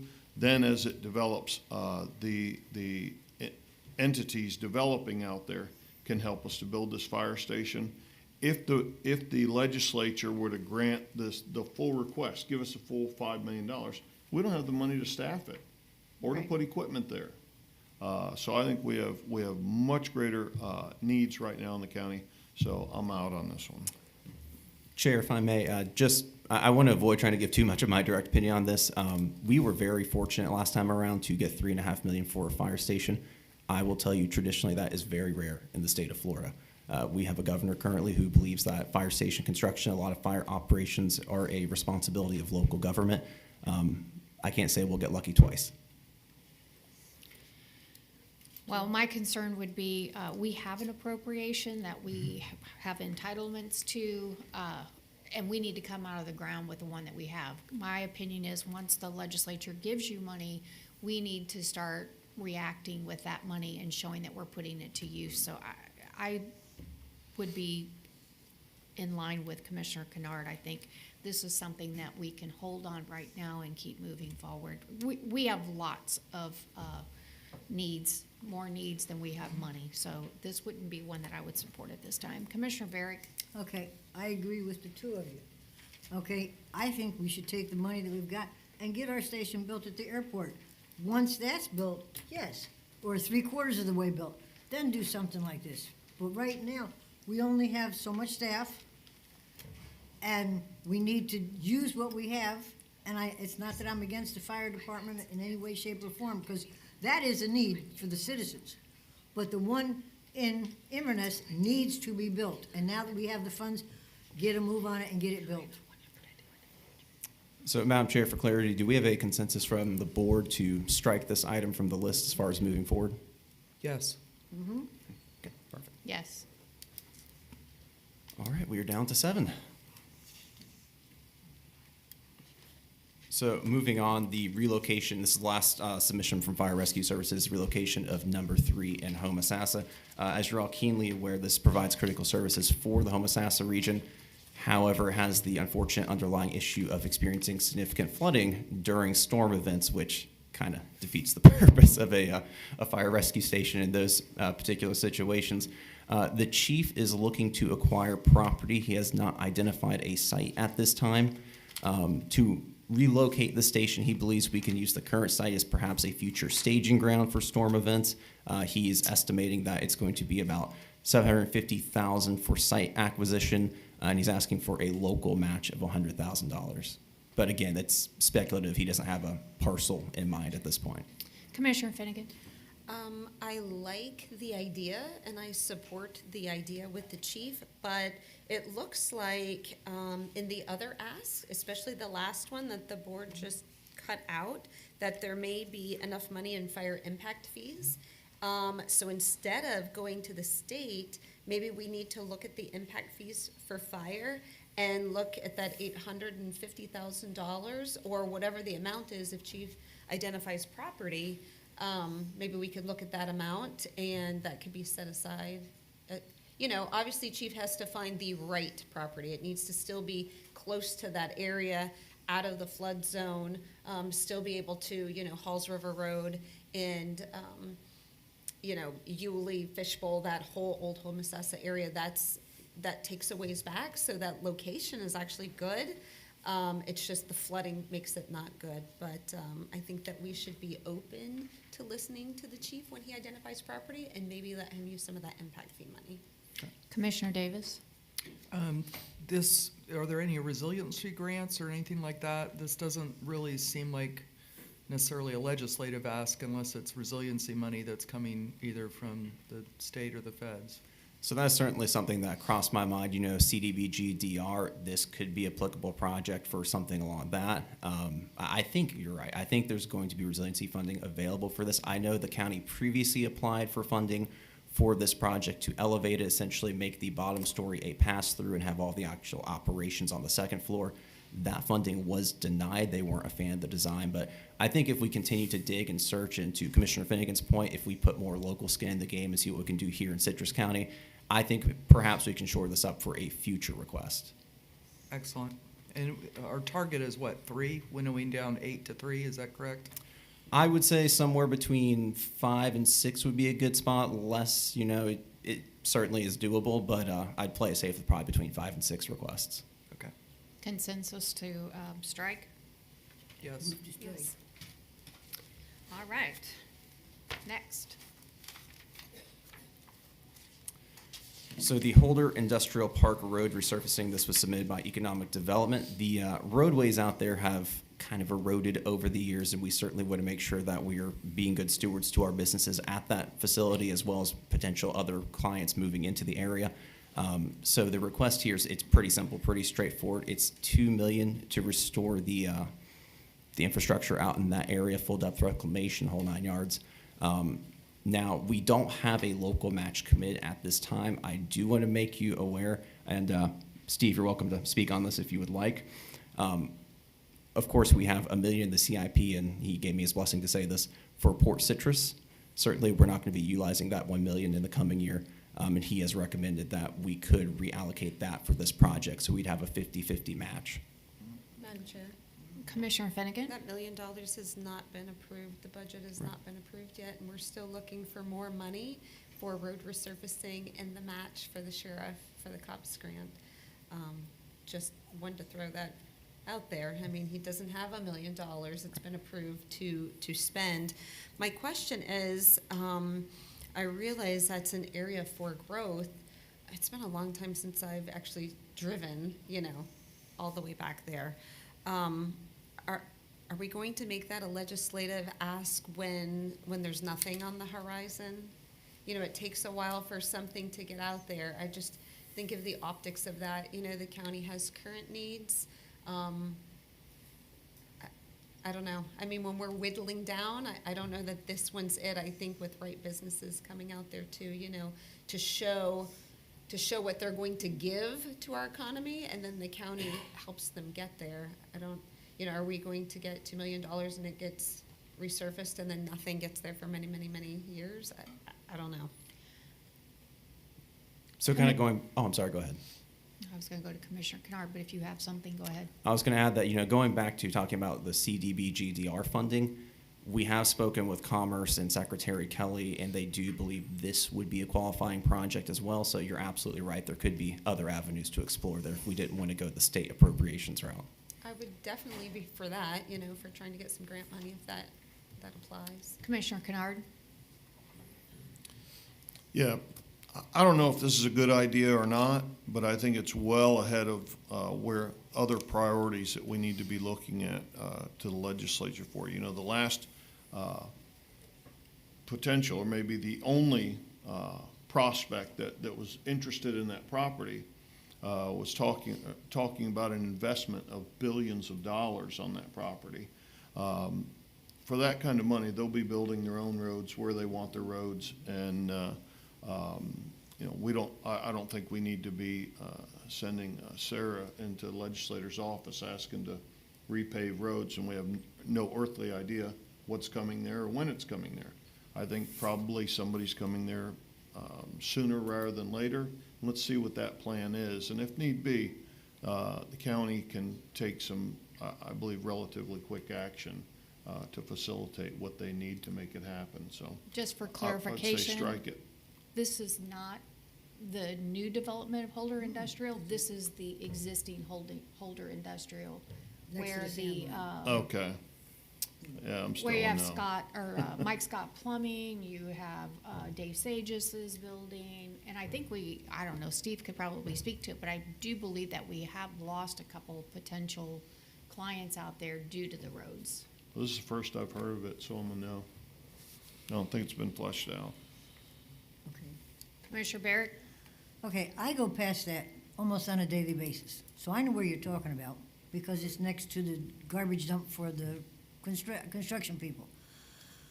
I really don't see us asking for $2 million because of the fact that we have enough residential roads that are in a lot worse shape than this. They have big industrial trucks that are on that to and from. Those big industrial trucks are on our residential roads also. So if we're gonna ask for $2 million, it better be for more residential road resurfacing than for them. They have nice big tires, nice big trucks, and it's not where the new industrial park is going.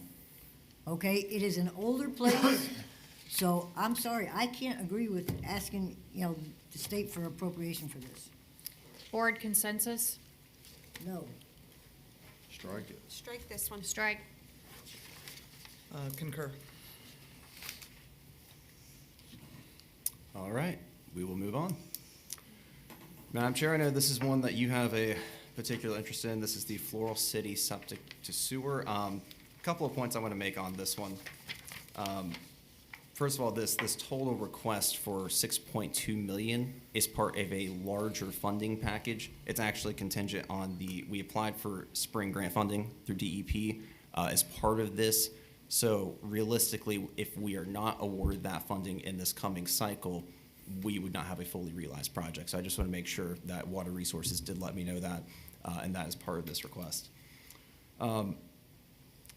As far as this overall project, it would extend septic to sewer through north of East Orange Ave, all the way to Floral City Elementary School.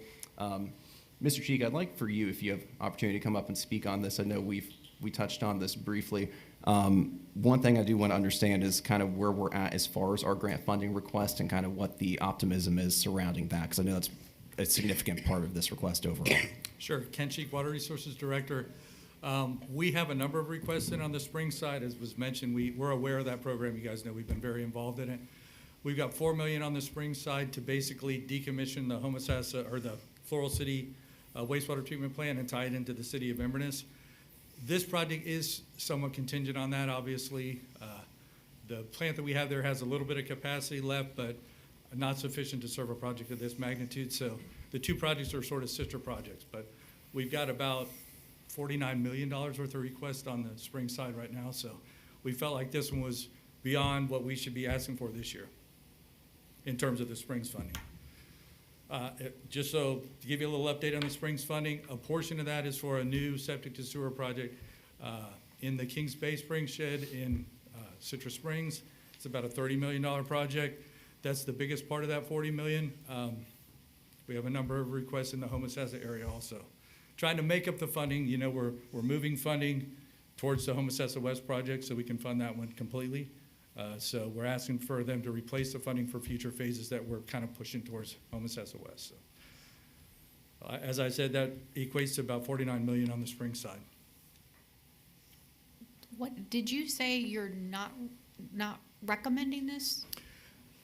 Is that what you said? No, what we're saying is the two projects really need to move forward together. And as far as the outlook on the Floral City project, DEP is well aware that we have issues with that plant. We operate it very well, but it was never really designed to meet the BMAP requirements. Package plants don't do a very good job, particularly where the flow is intermittent in a school. So our guys do a great job operating it, but it's never going to really meet the BMAP requirements. We've had some discussions with the regulatory folks at DEP. They're behind us getting rid of that plant. So I think our odds are pretty good to get that funded through Springs this year for the $4 million. I will tell you, there is some capacity in that plant. If we got funded for this one and we did not get funded for the other one, I think there's certainly a portion of this project that we could do with the existing plant capacity, but long-term, we have to get rid of that plant. So, you know, if you're asking me which project should we be pushing this year, it's the Springs funding application to get Floral City Elementary plant disconnected and connected to the city of Inverness. You know, we were looking for what options we had beyond what we had already applied for in the Springs. When I was talking to James, I said, well, this is a project that's probably next on the list. You know, we've put in everything we feel like we're comfortable putting in on the Springs side, so this project is pretty much next on the list. So that's why it's before you today. Again, if we got this project funded and not the other one, I think we would have a project. It is a viable project with the existing plant, but long-term, we're gonna have to get rid of that plant. We have one other package plant that will follow on Floral City. As soon as we get rid of that one, we'll be getting rid of the one at Point of Woods too. We're trying to get down to 3 regional plants. When would you know about the other funding? Springs funding, we usually find out spring, so probably March of next year, somewhere in that time frame. So if we could delay this till next legislative session to see if we get that funding. Certainly, I'm fine with that. We're juggling a lot of projects now, as you know. Just a little more of an update, because I know you guys have been following this closely. We did get the letter that we needed from Representative Grow to support moving the funding into the West project. So we feel like we're going to be able to move that one forward very quickly. We're done with the design for Homosassa East, but it's not fully funded to where we wouldn't have to have assessments there. So we asked in this year's Springs funding to fund that project completely, and then the Homosassa. So the layout is Homosassa West is sort of right around the school. Homosassa East runs from there, kind of around towards the sugar mill.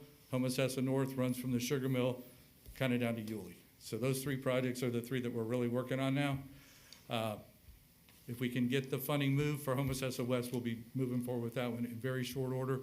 East is already designed and permitted. If we get the money in this year's Springs funding, you'll see that one happening next summer. North, we're still in the design process, and it's not fully funded on the construction side.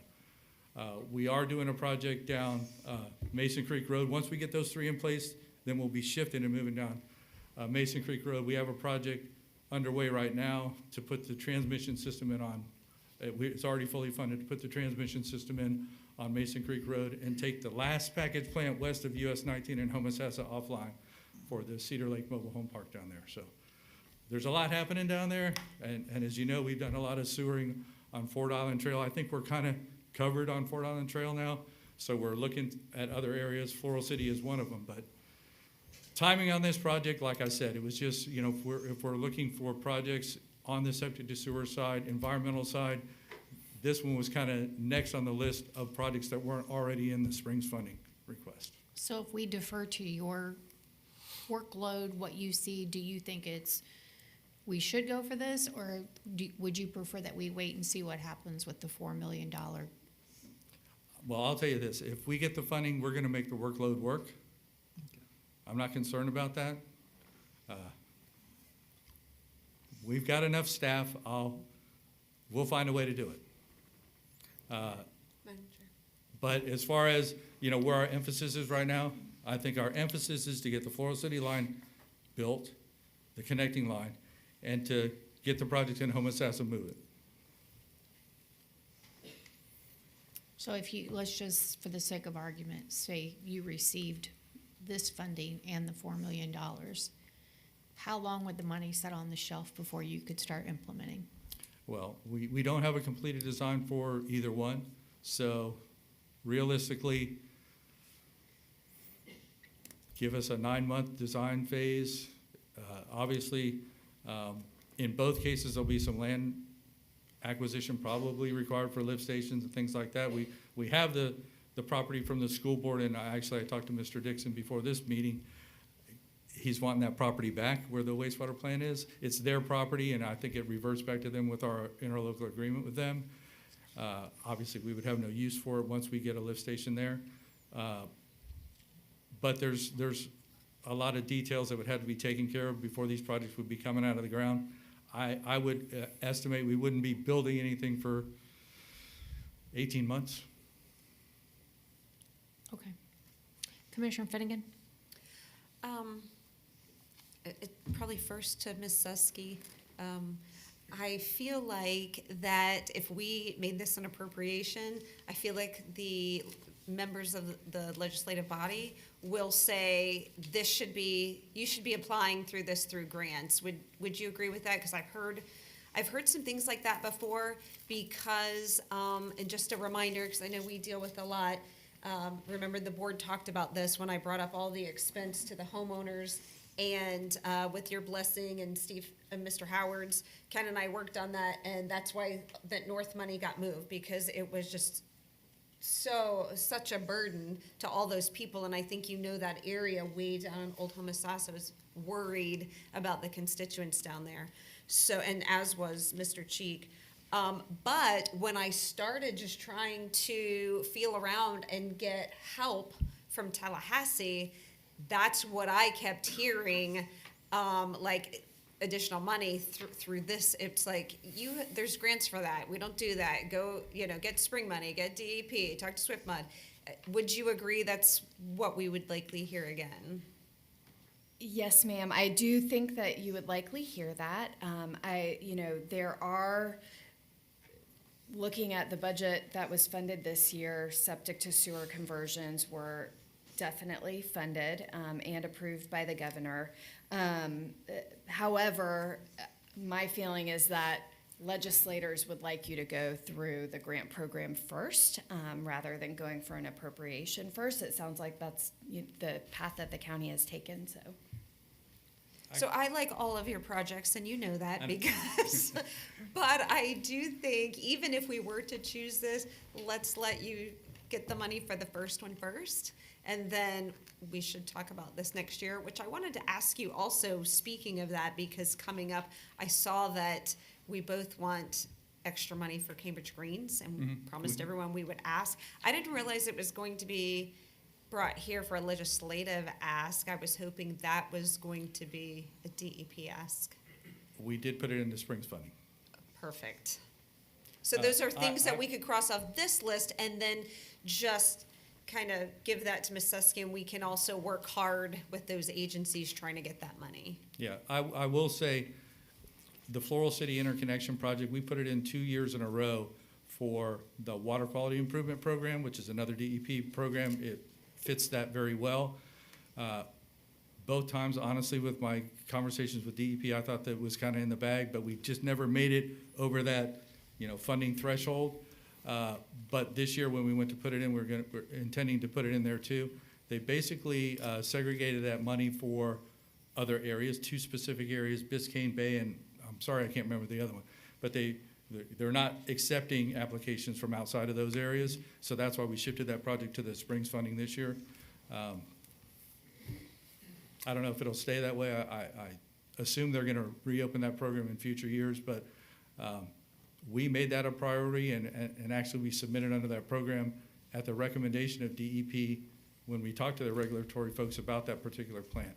And they said they'd get behind it, and unfortunately, like I said, I think they had some really big projects, and it depends on who you're competing in every year and the funding level. And I think we were in the wrong years, and they had some big projects that kind of overshadowed that project, so. I don't know if now, may I still? I don't know if now is the time, but maybe since we have Ms. Susky here and, we're all talking about this as a board, if you maybe want to touch on what happened with that extra $4,000. Granted, the plumbing costs went up, but now DEP said, at first, we told all these people you could use the money for connection, and now it can't be for connection. And you and I had talked saying, in the future, let's not ask for $4,000, let's make it $6,000, or let's make it higher. But that's only going to be effective if we could get to DEP. And I don't know what made the change, but I would like the board's blessing where we as a county, and with Ms. Lusky's help and your help, that we can work to fix that. I'm not sure what the change is. Is that permissible? Maybe if the board would like, Mr. Chi can talk about that a little bit. Go ahead. Sure, yeah. It's more of a legislative issue than necessarily a direct request, but so one of the issues, and you all have been through this too, there's 2 sides when we do these septic sewer projects. There's the assessment for the actual infrastructure in the road. And we've been working more recently to try to minimize that to the greatest degree possible. You guys that have been here for a while realize we used to set a bar at like $6,000 and it had to be below that. Well, now we're really looking at trying to erase that number, especially, in light of the fact that we know other jurisdictions have gotten those type of grants. But the money to then make the actual connections, there was a program with DEP. It only lasted for a year. We took advantage of it for 3 of our projects where they basically said you can get $4,000 to pay for any and all connection costs. That's, sewer connection fees, plumbing costs, decommissioning of their existing septic systems. So it was wildly popular. We used it in the Montezuma Water Project off of Fort Island Trail. We used it for Garcia Point, and some of that money is also available to Cambridge Greens. So those were the 3 projects, and they had to be projects that were under construction within the year that the funding was available. So it wasn't something where you could apply for, a future project. Those 3 were under construction in that year. We got that money. The sister project to that was the one where they actually paid to upgrade people's existing septic systems to meet the higher treatment levels. So they were running parallel.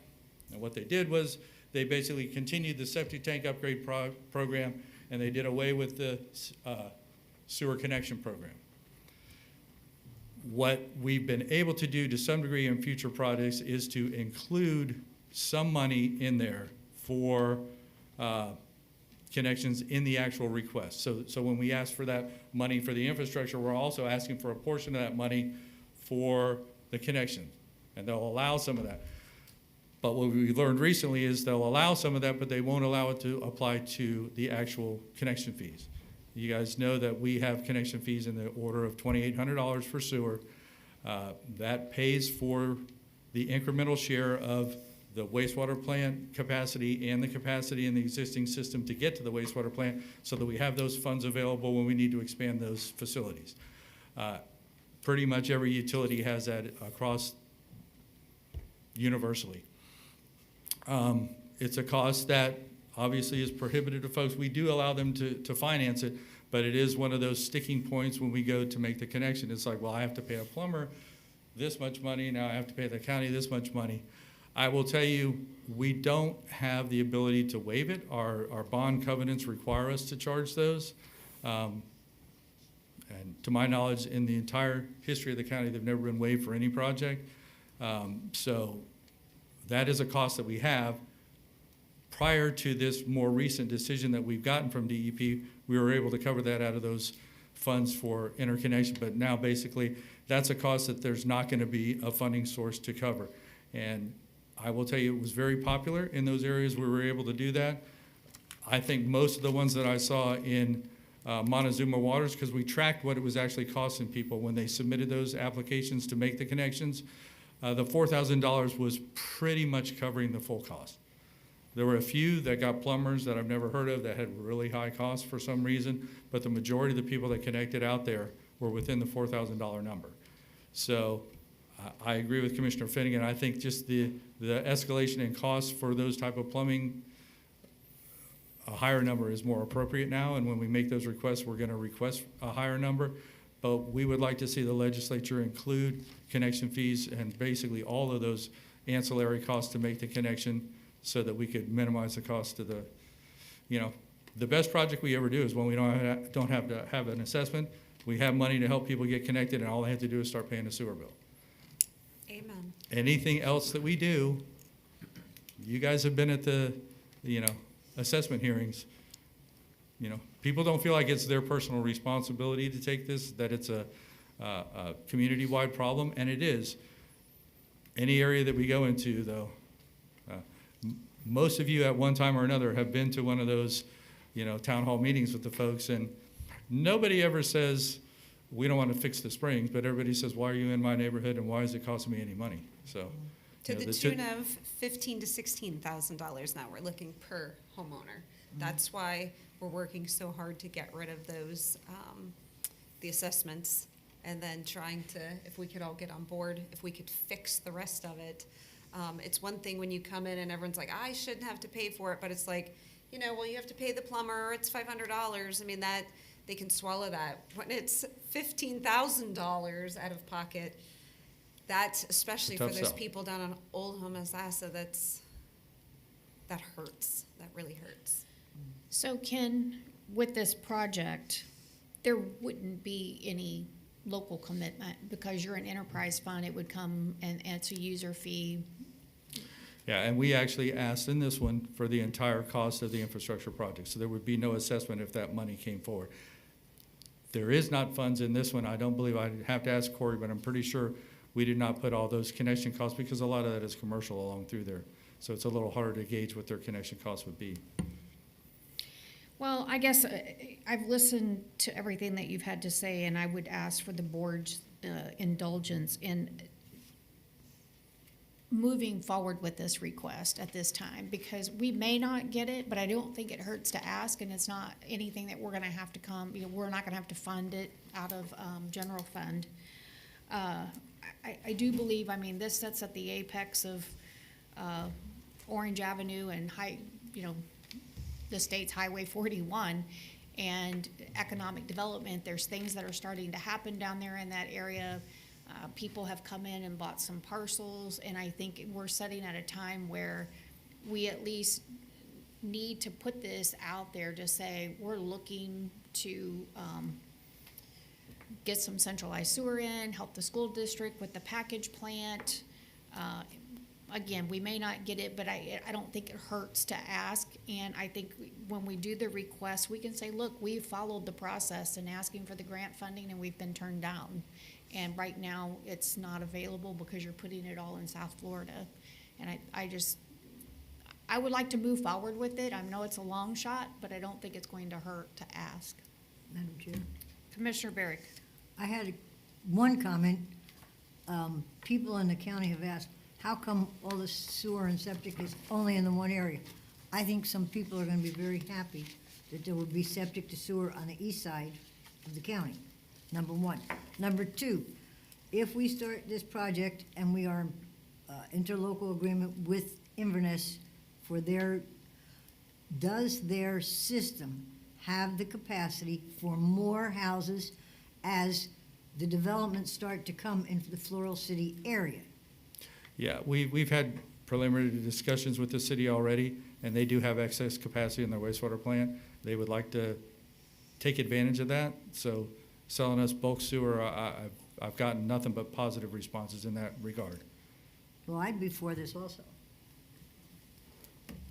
Board? I'd support the ask. Yes. All right. I'm Thank not- you, Board. I'm not opposed. I would say next year would be better, but I'm not opposed to it. But All right. depends on where the consensus lies. But I did bring up, another consensus of just for our lobbyists to help work on no money, just working with DEP and working to help Ken get over those issues of what they're funding, like to bring back those connection fees. Can we get consensus on that too? Board? Yeah. Sure. Sure. Fantastic. Thank you. Thank you. Moving right along. So, Mr. Chief's commentary pretty much sufficiently covered this issue. As you know, we've partnered with DEP in offering a septic to sewer incentive program to our residents. And as Mr. Cheek was alluding to, it doesn't necessarily cover all of those capacity and connection costs. So Water Resources has requested $925,000 as a stopgap to help meet those additional needs for our residents and provide additional relief. Board? Consensus? Yes.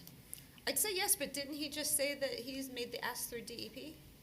So are we just saying yes to support the ask from DEP, or are we asking for an appropriation?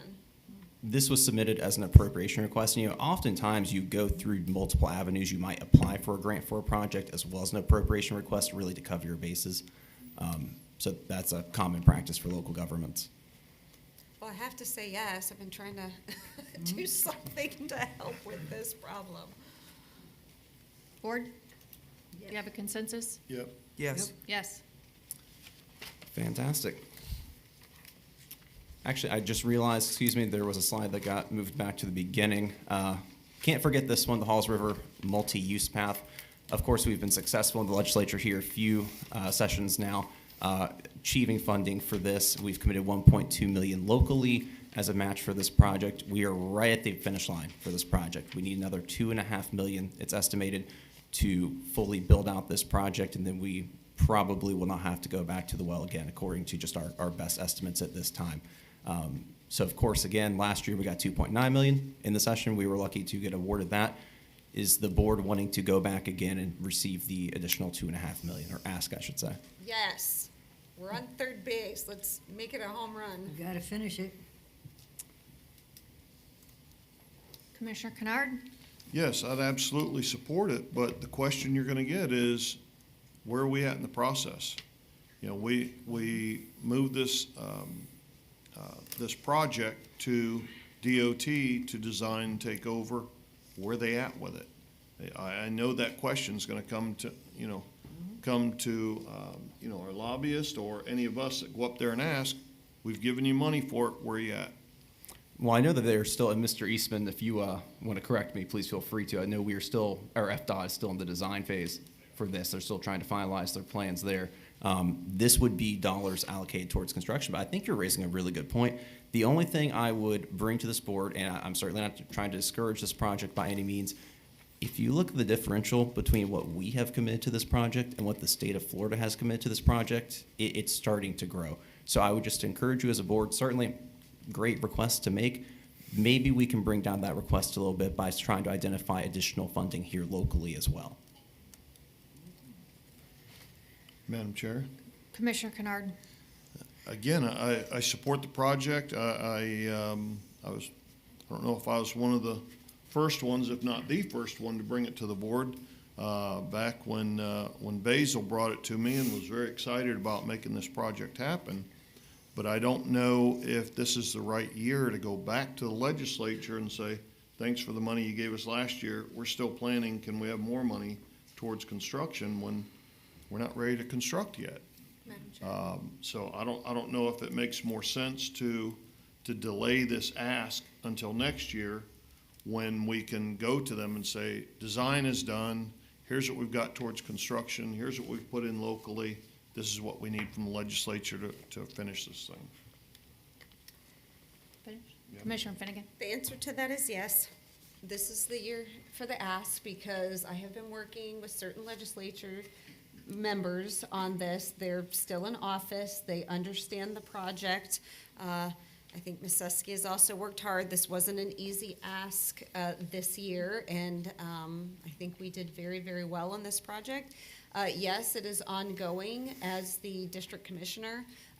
We've had some Zoom meetings where Walt has been on, and I have been included when I can make it. And, you know, FDOT is actively working on this project. There was a little hiccup down by River Haven. They didn't really understand the layout and the use down there, so we had to invite them to come and really look at that, and the safety team was involved. I don't know if you want Walt to give an update, but yeah, FDOT is moving along with this, and when you see the money, and they should be ready to go. Walt, yes, he's saying yes. I mean, can he come up here, Mr. Howard? Please come forward.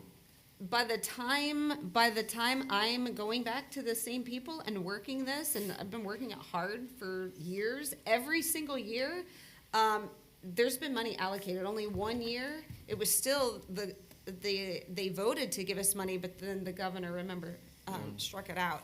I think this is the year to finish it, and I think by the time I get there in January to talk about this, I'm hoping we are ready to construct by then. Yeah, from a project continuity standpoint, this would be perfect timing. DOT's past 60%, moving to 90 and finalizing plans. They'll be getting permits very shortly, hopefully. So from a continuity standpoint, it would make sense that they could potentially roll right into construction once they have everything nailed down. Very good, I'm on board then. Thank you. Board consensus? Yes. Yes. Yes. Thank you, Walt. All right, moving on to the 8th and final project, and this is certainly Choker? the white whale of Citrus County projects, that's for sure. County Road 491 widening. So, Mr. Eastman, you care if he comes back up here? Because I know there's going to be questions for you, sir. So this is the widening of County Road 491. This is from Pine Ridge Boulevard to US 41. The $31.5 million is for PD&E design and right-of-way acquisition. I know that Public Works has recommended we contribute up to 8.1 locally for the legal fees associated with this project. It's a large project. Like I said earlier, I want to try to avoid giving my opinion too much, but I do want to be forthright on something. Trying to take a project of this magnitude to the state for appropriations funding, you will piecemeal and nickel and dime this thing for years. It's an extraordinarily large project, and certainly doesn't hurt to ask. I do think that there are other avenues out there as far as federal funding, as far as federal requests that we can make through granting agencies. So I just want to put that out there ahead of this discussion.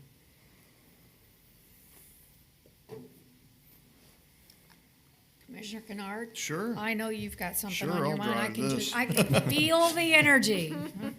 Well, first and foremost, I am absolutely on board with asking the state for funding to help with this project. But I think that going to them and saying, we need this much money, will you fund it for us, is the wrong approach. There is a model that has worked. I believe that at this point, we've all toured the Metro Development project down in Pasco County. We saw that teamwork worked very effectively for them building infrastructure, very expensive infrastructure on just one of their projects down there. The roads and utilities were a $175 million project that they worked together with. The whole development down there, or the project down there as a whole, they worked together with the Board of County Commissioners, the school district. I believe the chamber was involved with it. They had everybody together pulling in the same direction. They ended up getting some federal funding in the form of resiliency grant money to do DRAs, to do stormwater parts of it. So I think that before we go to the legislature and say we need X number of millions of dollars, I think we need to look at working with the stakeholders involved here, and that's certainly the major players in the community need to be involved in this. If there's a plan that has worked in the past for saying, going to the legislature and saying, we need $1 million or we need $2 million this year for planning this, and then going to the federal government and applying for resiliency money to do the stormwater. I think a more detailed approach to it is a much better route to go than just saying we need $31 million. That's not going to happen. I don't see that happening. But maybe over a period of time, our plan is to build this road out over the next 7 years or 8 years. We need $2 million this year from the state government, then so much from the feds, and then go back to the state government. Now we're ready for right-of-way acquisition. We need this much money. And, utilize our partners' resources as well to make that happen. I think it's a better approach. Madam Chair. Commissioner Finnegan. Commissioner Kennard, we have not all been down there. We just voted on it. Because this board chose to move forward, I wouldn't mind now taking a look, but I just want to make that clear. We all haven't been down there. Yeah, this, in my opinion, is way too much of an ask, and maybe we need to have a breath this year, like skip a year. I have to be honest, asking for the things that I did past legislative session, this made it more difficult, just because of everything that was happening that surrounded the ask. I don't know what the plan was, but when I had a meeting with Secretary Hall about the stormwater and the runoff stuff when he came and met me in Homosassa, he had mentioned this and said there was a different plan that he had in mind to accomplish this. I don't know what that was, but I know because of what happened with all of this, by forces, I'll say, out of our control and out of his control, that plan was kicked out.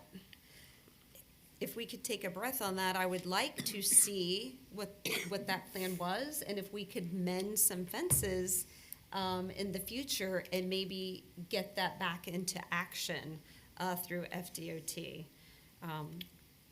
And I'm willing to help and reach out and work on that. But as far as an ask for an appropriation this year, I think that we just should, my humble opinion, take a collective breath and, like you said, see what's actually needed in the years after, and maybe work with FDOT and get a good plan in place.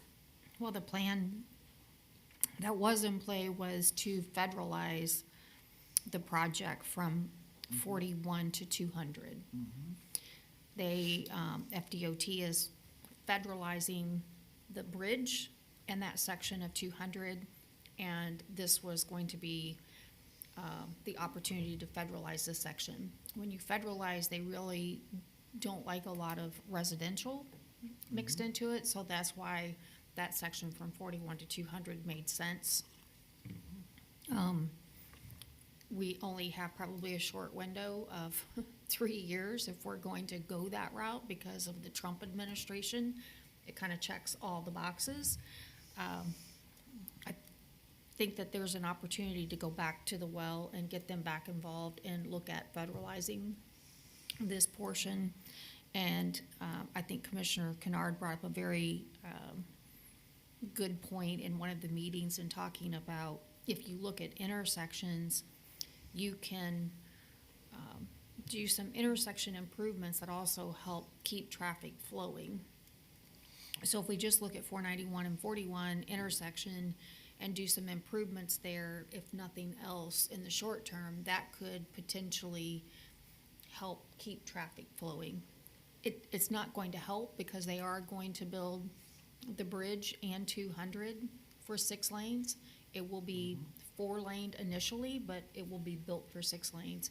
when it gets to 491, I mean, it's just gonna be a debacle. And we know that whole end of our community is going to take off. So I agree, this is too big of an ask. I think there's other ways to break this down and go after it. I wouldn't even propose to do this at this time.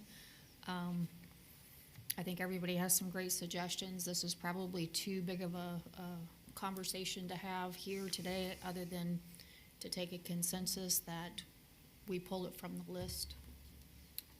Yes, I would agree. Commissioner Davis? Yes. Okay, Full. my thing is, I agree that this the project needs to go from Forest Ridge all the way to 200. Because we've been doing too much piecemeal in this county. We did the little 491, now we're doing the other 491. We need to get a project from beginning to end, and if it takes taking a breath and saying, okay, let's get the federal on board, okay? You won't because- get the project federalized during We'll get the that section. federalized, yeah, okay. Only from 41 up to 200. That's the only section that will probably qualify for federalizing. But if we know we have that, then it's worth going to the state and saying, okay, we know we have this, we'd like a little bit more help. We're willing to put, even if we put the 8 million aside this year, and we put another 8 million aside next year, that shows the state, we really, really do have skin in the game, because we really want this project to move forward. So if we've got 16 and we're asking for 31, we're putting almost half as a county. And if we can get the federalized section, that would be great, because we really need it done from Forest Ridge all the way to 200. Because people in this county are living with too many half projects. We got a half a project here, a half a project here. Well, down the road, we're gonna finish it. So. But we're not gonna solve this today, so that's the No, reason we're but gonna put it I on would there. say, I agree with, Commissioner Finnegan. Let's just wait 1 year, get our ducks in a row, and then move it in. Commissioner Kennard? I disagree. I think there needs to be an ask this year. I think this is probably a little bit too much of an ask. So I think that we need to look at the stakeholders along that avenue, along that area, and staff needs to have some conversations with them to come up with a plan for what do we need to go to the legislature with this year, and what else are we going to go to the feds with, and what are we going to look at as far as the local contribution goes. Perhaps they can do that and then come back to the county commission at a meeting in September, October, and say, this is what we've come up with. We're going to go and see if we can get $1.5 million committed from the state over the next 3 years, 4 years, 5 years, and ultimately end up with a road that's built out in 6 years or 7 years from now. I don't think the need is not going away. I don't think it's appropriate time to take a breath. We need to get that road widened, and the planning, acquisition, so forth needs to get started. With your indulgence, Walt may be able to ask this or answer this. In our conversations with District 7, when we talked about federalizing, and when they were on board, they were going to take the PD&E in-house. Yes. Was that from Forest Ridge to 200, as you recall, or just 41 to 200? At one point in time, they were going to take over the entire project from Pine Ridge all the way to 200 at one point in time. But then they did kind of backpedal and didn't have staffing issues and finance items, so they kind of backpedaled on the entire project. So if we were going to go ahead with your recommendation, I think it would be appropriate for us to, as a board, go back to them and ask if they would be willing to take the project on as a PD&E. And I think there's a lot of things that we can highlight. It's still an evacuation route. We can talk about this as the planned growth area. We can talk about what it looks like in 2035 with build out, their plans on 200 with the bridge, and tie that in together. I'm still not quite sure about if you were going to ask for something, do you feel like this is something that you could have that conversation with them to see if they would be willing to take this on and then ask what the appropriation would look like if they're willing to do that and bring that back at the next board meeting? Madam Chair, with all due respect, I think that it's going to take politically a little bit more of massaging and some conversations. My saying take a breath meant from asking for a state appropriation this year, not stopping working on the project. And I think working on the federalization and that project, in my opinion, I think that's just, it's gonna take some conversations and a little more time than the next board meeting. I don't know. I disagree. I mean, we've been waiting on this project. We know it's there. It's not going away, and the longer we delay, the more expensive it gets. I mean. I agree. And, Madam Chair, you'd asked me, or I think you were directing the comment towards me about getting Walt in touch with DOT to see about them taking over the PD&E, or how much of that they would be willing to take over, what they would be looking from us locally. I would say absolutely, go to them. Those conversations need to have started yesterday. So I would say get back on that. Okay. And most importantly, again, I went down to Pasco County to visit their Metro's development down there last Tuesday, I believe it was. And the message from there was, we want to be part of the team. We want to help you guys get things done up there infrastructure-wise that need to be done. So don't go it alone. We've got willing stakeholders to help us get this major project moving. And so get involved. This is not their first rodeo. Very good. I understand. I'll get contacts from Metro, and I'll be more than happy to reach back out to DOT, see what we can put together. Madam Chair, Commissioner Davis. I completely agree with Commissioner Kennard, so I'm on board with that. I'm still no on, I'm striking this, and yes on the rest of it. Board consensus. Commissioner Kennard's plan, yes, like not this big of an ask, not Right. remotely this big of an ask, but Strike the appropriation, yes on working on the plan. Commissioner Barrick. Strike the plan, but work on getting to where we need to be. Commissioner Kennard. There needs to be an ask.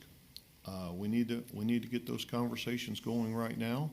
And ultimately, it needs to come back to the board to say, this is the plan, this is what DOT is suggesting that they would be able to help out with. This is going to be our ask for the state legislature. I believe we're going to have a legislative delegation that will be very favorable to helping the county build out our infrastructure. So I'm very much in favor of it. So just to recap, I guess what I would like to see is if FDOT is willing to take the project back on for the PD&E, if they would be willing to look at potentially federalizing that section between 41 and 200, and then working out if we have to go it alone and figure out the balance of the rest of this, what they would recommend as an appropriations ask, if they would be supportive of that, so that we can tie that in and look like we're being partners. That's what I'm looking for. So I'm a yes. So I think you have consensus. Very good. Sorry. Thank you very much.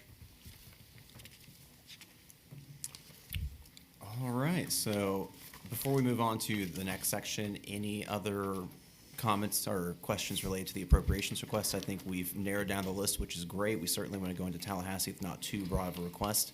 Any additional comments or questions? Yes, I do. I am going to throw something in the fire here out of conversation at our board meeting and workshop from Tuesday, I have received multiple phone calls. There's the judges and several others that feel like the space needs has been completely derailed. I'm not sure where this board is. There was, we had a short-term fix in place to get the courthouse moving, to build out what they felt was needed and is required. I'm not sure where this board is. I know that there were some conversations about acquiring other buildings, renovation cost, and without getting too far into the weeds here, it might be appropriate for this board to consider asking for an appropriation of $5 million to help meet the not only short-term but long-term space needs that will be required for judicial services. So I'm throwing that out there. I'm not sure how, this is a daunting task that we have in front of us. One of the reasons that I thought that the space needs analysis was needed is to prevent us from being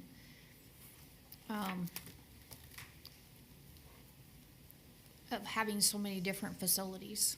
So I know we can't cross that hurdle all at once, but I think if we can start to take bites out of this apple and secure ways that we can have a long-term vision that gets us co-located in one area, one set of air conditioners, one set of roofs.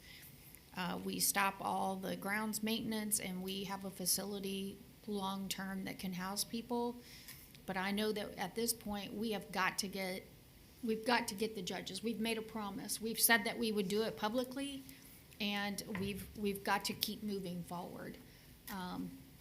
And I think we have an opportunity in front of us to do that, and I think the price tag is lofty, but I think there's also some opportunities in front of us that may not avail themselves in the future. And I would ask this board if they would consider making an ask from the legislature of somewhere in the ballpark of $3 to $5 million as an appropriation to help secure some future needs. Madam Chair, to clarify, your ask is for property acquisition? Is that what you're looking for? Like No. money for property to expand our space for courthouse needs? Potentially, but I don't want to classify it as that. I mean, they'll have to write it up some way, like. I'm asking to help us get our funding necessary for judicial space needs.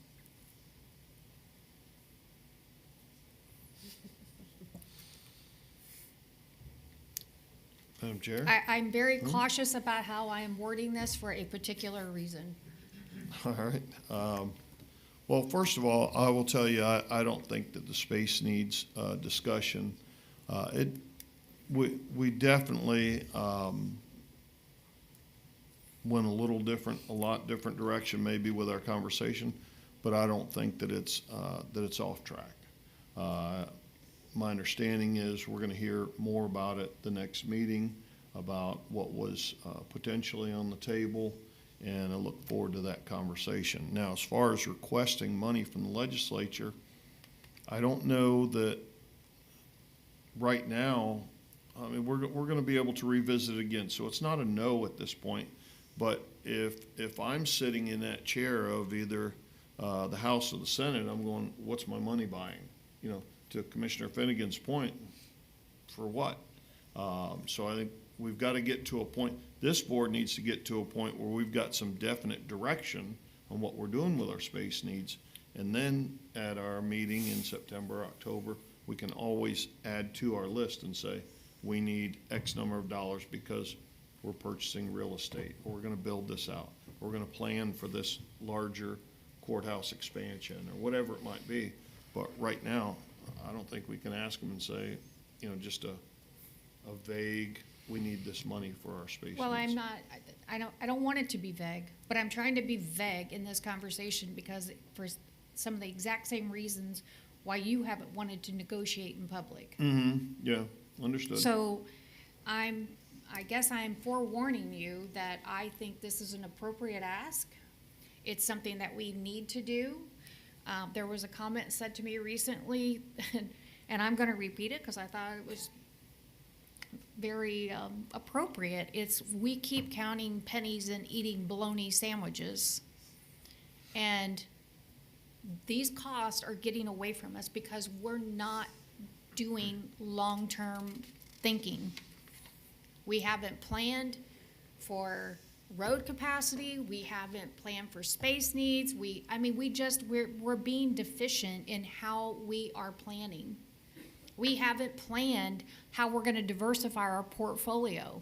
We can't be residentially burdened with property taxes and then expect we're going to have economic development, and we're gonna have a workforce, and we're gonna have transportation connectivity. We've got to start thinking bigger. We're not a sleepy little county anymore. Whether we like it or not, people are still going to move here. It's been planned since the 80s in the comp plan. We've got to get on board. Of course, I don't think there's one of us sitting up here that wants to pave it over, but you're either gonna plan for the growth or it will plan for you. And I think we're better planning it than we are not planning it. We can't bury our head in the sand and pretend that it's not going to happen, because that's just not realistic. So I purposely made my comments as we kicked off this meeting this morning to talk about being very thoughtful about where we're going, because we're not planning for today, and we're never going to see the plan of our works. At least I'm probably not, and I'm pretty sure you're not. Age is just a factor, and I can go back and I can look at 2010 and think about what we planned for. I mean, 491 is just now getting done, and that was in my first term. You know, we voted on where Target was going for that plan. It's just now happening. I mean, it's almost 15 years later that we're starting to see some of the fruits of that labor come to fruition. So what's 15 years look like from now? And when I look in the CIP and I look at 491, it's $300 million, not $180 million, because you have to keep adding inflation to this stuff. Josh Wooten was on the commission board in, I think, 2000, and you guys were sitting in the Masonic building for your chambers, and you built the current courthouse and moved over, if I'm correct, I'm not sure. But, so there's going to be needs, and our job is to provide the services, and I think in Inverness, it is the county seat, and I look at how it's fractured. We have these multiple buildings, and I think if you can start to gain efficiencies and you can have, you're mowing one lawn, which I guess what I'm thinking of, you'd probably eliminate a lot of grass. You wouldn't have a lot of maintenance. You'd have one set of air conditioners, one roof. You would have the efficiencies of when your constituents are coming someplace, they're going to one building. They're not going to multiple buildings in the East Complex. So, we've got to start thinking longer term and planning for the future, because it's here. I know the schools are here. They're facing the same thing. We're trying to figure out how we're gonna fund sheriff and fire and EMS for the future population. But that's what we're tasked to do. We're the professionals. We've been elected, that's our job. And it's not easy. It's, if you are faint at heart, it's probably not the thing that you should be doing, because you have to think very forward, and you're gonna get beat up for it because it doesn't come without a price tag. Thank you. Commissioner Barrick. All right, so what I'm hearing you say is something that I agree with. When we do 491, it should be to 200, because that's what the need is, okay? What you're saying is space needs for the growth in the courthouse needs due to the population increasing and the needs of the courthouse increasing.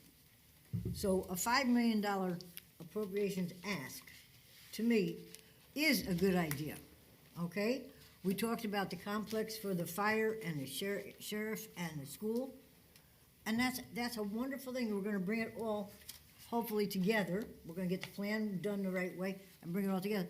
And I think what you're talking about is wonderful, that we need to say Inverness is where everything is, and over the time, it's gonna cost this much money. So let's get started getting some of it together, and then get some of it from our budget, and get some from the, whoever is willing to give us the funds. And I would agree with you, 5 million is a good start, so I would be willing to ask for that. They may only give us half. They may give us none. I don't know. But I think you have to ask. So I think that's going to be on our agenda Tuesday, but I am forewarning you that that is something I would like on the legislative ask. Is there anything else? Commissioner Davis. I would like to hear what Ms. Susky says of that idea. And I have to stick with, and Commissioner Kennard said it a little bit better, we can't ask for things that we don't have a plan for, and I think Ms. Susky started that way. I think every idea that we bring up for an ask, they're all good ideas. They're all worthy. We have all of these things that we need, so whatever we can ask for is great, but the pot's only so big, and we keep throwing asks into it, and something, a legislator once told me, how did he say, pigs get fat, hogs get slaughtered. I don't want us to get slaughtered. That would Well, not that's be the good. best Southernism ever. It is. That's a good one. Well, not having any details because of the vagary of the conversation, I think, I guess I'd like to see some of the details and what the plan is, and certainly, I think a couple of you have said this. The legislature is going to want a plan. It doesn't have to be a fully baked soup to nuts business plan for every single appropriations request that we send in. Some things can be a little more aspirational and work out the details. What I like is the diversity of your requests this year. I think you guys, have done some transportation, some water, et cetera. I think that's fantastic. And I guess I just reserve any real comments until I knew kind of the more details about it. But Sorry to put you on the spot. that's okay. Quite all right. Well, I had the conversation with Mr. Howard this morning, and I was hopeful that maybe that would have been communicated before this to kind of lay out my idea. But it's not something I really want to get into full-blown details here. I think it's appropriate for him to go back, have that conversation with each of the commissioners, and then we can devise a plan out of that and Excellent. see if it works. Yeah, we did. We had some preliminary discussions, me and James, yesterday, and even last night we worked late. It's 11 o'clock at night. We're doing a deep dive on legislation. We may have to come work with you at some point. But there were 6 appropriations that were approved this past budget cycle, and they range from like $300 to $1 million. So they do appropriations for courthouse expansions and things like that. So we did a little bit of that. We didn't get a chance to personally talk to you, but we are having internal conversations as late as 11 p.m. last night. Very good. I guess we'll open it up to the public. Anyone from the public wishing to address the board?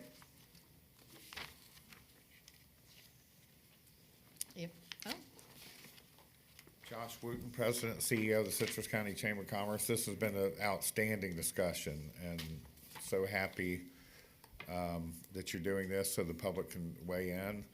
A couple of items. One area of disappointment for me is that y'all were pretty quick to dismiss the Holder Industrial Park, and when you have some evidence that we've lost at least a client out there because of infrastructure, I think that would be a good place when we talk about let's take advantage of the assets that we have, let's finish projects. I would like to see our economic development team, which consists of one, come away with a victory. You know, he asked for something that was very, very reasonable. So that's a disappointment. I wish you would reconsider that, or at least get behind some type of a grant from the Secretary of Commerce, who was just here. The other thing, 491, I'm glad that y'all stuck to your guns there. I mean, I know that there was an issue last year, but everybody's adults and grown-ups, and the Senate leadership was actually running the bill that passed to give us money for 491. With all due respect to the commissioner that did made all the calls and said that it hurt us, we heard no evidence of that throughout. We heard a lot of snickering about, wow, they're going to turn down $1.5 million. So I don't know who we were talking to, but the people that we were talking to fully funded that, and it passed, and we pulled it back because of the optics, and that was your right to do. But to not put any money in there, to take a deep breath because somebody was, I'll just say it, butthurt up there, is not appropriate. I think that y'all have a responsibility to the citizens of Citrus County to get that road done. There's somebody that's passing around a survey or a petition right now, a mother with kids that has to navigate that road, taking her kids to school to get something done. So to go another year without any forward movement, and I know there's planning in the back, but you can't attract any money unless there's some type of a design. And working with the partners, that's the new modern way of planning and doing things. So we're happy that you're trying to get something done on 491, which is really the next frontier, I think, for the county. Taking it all the way to 200 is probably a difficult task given the $300 million estimate. But if you could get it to 41 and Holder, man, we would love to be a part of that, or at least maybe see that before we all go on to greener pastures. But anyway, this is a great conversation, and I like the fact that y'all are addressing these critical needs. I do wish that there was some economic development component, and I think it was a very small ask. And I'll leave it at that. Thank you. Thank you. Anyone else? Do you have anything else, James? Nothing as far as the, oh, go ahead. Are we talking about Pasco County? Yeah. I thought so. Go ahead, please. Well, you want to introduce it? Sure. So, a couple weeks ago. I wanted to address what Mr. Wooten said. Is that okay? Absolutely. Before you guys go? So to be clear, I had a little disappointment when I said no on Holder Industrial Park. The reason I did it is because you said 5 or 6. And that would be the 6th, except if we do the courthouse. So I would be willing to put that on as either 6 or no, basically, on where the courthouse lands. I guess my question to that is, maybe I heard this wrong, but isn't there potentially some monies through Enterprise Florida that could possibly do that? For the Holder Industrial Site? Potentially there's also funding available through HUD, through CDBG, DR that we could potentially utilize as well. It is a small request in the grand scheme of things, but of course I'm going to defer to the judgment of the board. That was kind of my rationales. I thought maybe we could go to another. A different funding source? Yes. What are the chances of that, though? As far as CDBG specifically, I mean, we spoke to the Secretary of Commerce previously about this exact project. He seemed to think it fit the bill and kind of checked the boxes for what HUD would be looking for. So I think our chances are good. Again, local governments often go through various avenues. They go through the granting process, the appropriations process to cover their bases and shore up their chances. So I think it's good. Of course, if you can cover more of your avenues, it's always a better chance of getting some funding. Madam Chair? Commissioner Kennard. Yeah, I voted against it or expressed my opposition to it being on our appropriations list, but I'm not opposed to the project. Let's look at the granting avenue, and if not, let's look at some local funding for it. We've got our Duke Special Projects Fund. I think there's a number of different ways that we can go about skinning the cat, if you will. It's a project, sounds like needs to get done. Like I said, it's the first I've heard of it. So I'm not opposed to doing it. I certainly don't want businesses leaving. Let's find a way to do it. I just don't think it belongs in our appropriations list. Thank you for indulging me, just Sure. rethinking that. Appreciate it. Madam Attorney. James do you want to introduce it? Sure, I'll introduce it. As you know, Mr. Landon, must have been a couple months back now. I'm not calling you up, promise. A couple months back, gave the board an overview on Senate Bill 180 and the effects that was going to have on our growth management policies. Now, always ever eager to bat against the state, Pasco County has recently asked us if they would support their FAC proposal to amend that language. Their proposal, and Madam Attorney, you can get into more of the specifics, essentially would limit its scope back to the original intent of the bill, which is largely properties damaged by the hurricanes. As it's written, it is kind of not comprehensive, too broad, and covers all growth management policy writ large. However, they are introducing an amendment, or hoping to scale that back a little bit. And Madam Attorney, I believe you have some information on that? I was going to talk about the litigation, but I think James might have misspoke. What Pasco County is doing is asking if we would agree to support their initiatives with FAC. And basically, just like Mr. Toy said, it's just to scale back some of the implications of Senate Bill 180. In addition to trying to work with FAC and take positions to amend, or like a glitch bill for 180, there are different municipalities and counties around the state who are gearing up for litigation against the legislature regarding Senate Bill 180. I was approached by FAC has the Florida Association of County Attorneys is a subordinate to the FAC, and I'm on that board of FACA.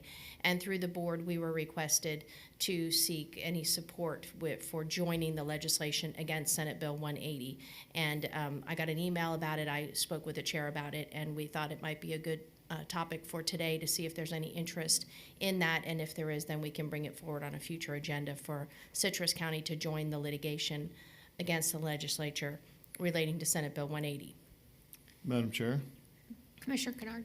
Supporting an FAC request for the legislature to scale back the bill, I would support that. Litigation, absolutely not. Commissioner Finnegan. What does that look like? So counties, groups, or all, or just several, I don't know how many is going to be on board. What does that look like when a huge government body is suing another huge government body? Basically, it is the tenor of the lawsuit would be that the legislature is eroding home rule. Mm-hmm. And so the litigation would sound in legislature, by passage of this bill, you are eroding our home rule. And so that you would have multiple municipalities and counties going forward to the legislature and saying, y'all have overstepped, you're cutting into our home rule. And Ms. Lynn, at this time, do you know how many counties, has there been a number announced of what counties and municipalities are joining in? No, ma'am, we don't have a number. I mean, I don't have a number. Maybe the law firm that is seeking support or seeking other counties might have that, but I didn't ask if they have a number yet. They sent out a proposed draft resolution.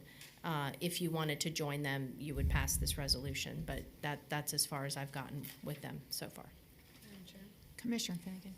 Madam Attorney, wouldn't we have to vote on that? So we couldn't decide that today, right? We would have to decide in a couple of weeks. Absolutely. I said we thought it might be a good idea, since you were all here together, to just bring up the subject, see what kind of thoughts there were, consensus or otherwise, and then bring it before you as an agenda item in the future. So you have this going on at FACA, I think Thousand Friends of Florida. Oh gosh, there was another one that I was it was brought up at Tampa Bay Regional Planning Council. This is become very contentious, I guess, and I'm not sure where it's going, but, There are many lawsuits around the state where individuals are suing local government when local government has taken action that they believe is contrary to Senate Bill 180. So it's provided an avenue for lawsuits against local governments, raising impact fees, enacting moratoriums, changing comp plan or trying to update comp plans, trying to update land development regulations. When local governments have tried to do those things, they've been hit with lawsuits saying that whatever actions they're taking or have taken or about to take are contrary to Senate Bill 180. So it is providing an avenue for litigants around the state to sue local governments. Madam Chair, Commissioner Kennard? I believe that when government sues government, the taxpayers lose, and I think that's exactly what's going to happen here. There are going to be huge legal bills that mount up, whether it's on the local side or the state side. The taxpayers get to pay both of them, and ultimately, the only way that Senate Bill 180 or 1080, whatever the number is, the only way that gets changed is if the legislature takes a step backwards and says, all right, this was a bit of an overreach. This was not the intent, the original intent of it. It cast too broad of a net, and I think we lobby our legislators to focus on dialing it back rather than enlisting the attorneys, joining other entities which decide to get in this litigation business. Commissioner Finnegan? He stole my line. How many times have I told you that? I completely agree. Government sues government, the taxpayers lose. What I don't understand, why I'm sitting here puzzled, is if so many government leaders, local government leaders, and people feel passionate about this, I don't know if it was unintended consequences, like, hey, we think we're doing great. I mean, it seems like they've been doing a lot against home rule.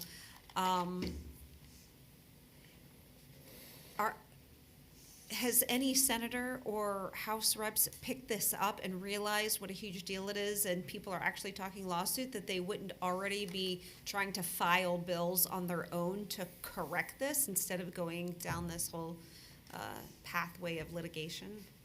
I don't know if the legislature thinks that there's a problem. This bill was created out of NIMBYism. It is to prevent local governments from voting against growth. That is the genesis of this bill. It puts it squarely in developers' courtyard to do pretty much whatever they want to do. Yep, developers get a free pass with this bill. Madam Chair. Commissioner Davis. Mr. Toy, I believe not just supporting PASCOs, but my understanding from being involved in these committees on FAC for so many years now is that it's even more powerful to basically file an almost identical thing, and so it ends up being co-sponsored by multiple counties. Yes? No, That is the maybe? FAC model, yes, ma'am. Okay, so are you talking about supporting through filing our own policy request to FAC? They have asked for a simple letter of support as opposed to a parallel filing, but we can certainly do both. Just whatever FAC says is the best way to go is fine. But typically it's, sponsored by, and sometimes there'll be 8, 10, 15 counties that are all on the same thing. And I think that speaks very loudly for it. But again, whatever FAC says is absolutely fine. In terms of the litigation, I concur with my two colleagues that when government sues government, we all lose. What gives me pause is that you're saying that we're going to get sued by litigants in our own county. And so then our taxpayers are losing that way as well. So I would be very interested in how many counties are going to be joining that litigation. before I say an absolute heck no. But I much prefer the lobbying route and the having conversations route, if at all possible. Madam Chair. As potentially, we could be sued depending on what action this board takes. You know, you have some workshops coming up looking at our comp plan, our land development code, you know, mobility fees, impact fees, depending on, you know, there's always the potential now that we have Senate Bill 180 that someone may challenge your action. So as of right now, no one has challenged it.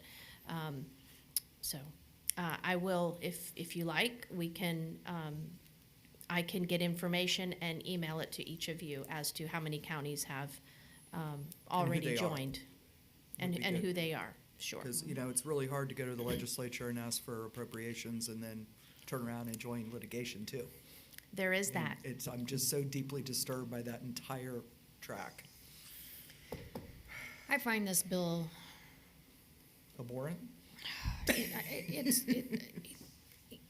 I think people, you know, if you pick to live somewhere, you put your home there. I mean, you made a conscious decision why you chose a particular area. And I think that's born out of how a community legislates. And this is like Tallahassee telling every county, you're all equal, and you can't individualize yourself. And that's my concern with this. And it's one thing for our constituents to come and tell us. I mean, we hear it. We don't want anything. But they're really taking all of that control away from us. So they're opening the door for developers to come in and pretty much tell us, you're going to let them develop. That's kind of the long and short of it, and I oppose that. And So. whatever they do will be our fault, because people don't understand we're preempted by the state. Yes, ma'am. Still, always say I believe in how government should work, and the people should know about this, and the people across the state of Florida, and I know especially in Citrus County how they feel about overdevelopment, should go to the state legislators, especially, so it would be J.J. Groen then, who's elected as our senator, and in every county, they should be doing that, because they should hear from their constituents. It's all about votes. I mean, we could put it to a lawsuit, but the way government should work is that the people speak, and they speak loudly to move our legislative body in Tallahassee. I don't know, it's up to the rest of the board if it comes for a vote. I'm more so supportive of the effort to change the law. I still don't know if a lawsuit is how to do it. The people should be driving this, rightly so. I can't remember, maybe James or our lobbyist remembers, I don't know if all of the most onerous provisions of Senate Bill 180 were always in the bill, or whether that was something that was added towards the end, where maybe the folks of Florida didn't know about it. But I don't know, and I don't know if anybody else knows. But sometimes things are added at the last minute to bills, I know, and I don't know if that's the case with this one. Well, I think the more information you can give us, the better we'll be able to make decisions. So, thank you. And I guess for the legislative position with FAC, we'll bring that forward on an agenda to get you all to agree or not agree with how that's been drafted. And James, I'm sorry, I forgot about the policy proposals, so. Yes, I was trying to get you short. We're hitting noon here, but the policy proposals, it looks very similar to last year. A lot of them are rinse and repeat items that didn't make it all the way through the legislature. The continued funding requests are largely the same. We could go item by item, but we could be here for probably another 2 hours. I just wanted to know if the board had any questions about any particular items listed out here between the policy proposals and the requests for special consideration. I have one to add if everybody's good with the ones that are policies. Speak now. Okay, just want to make sure.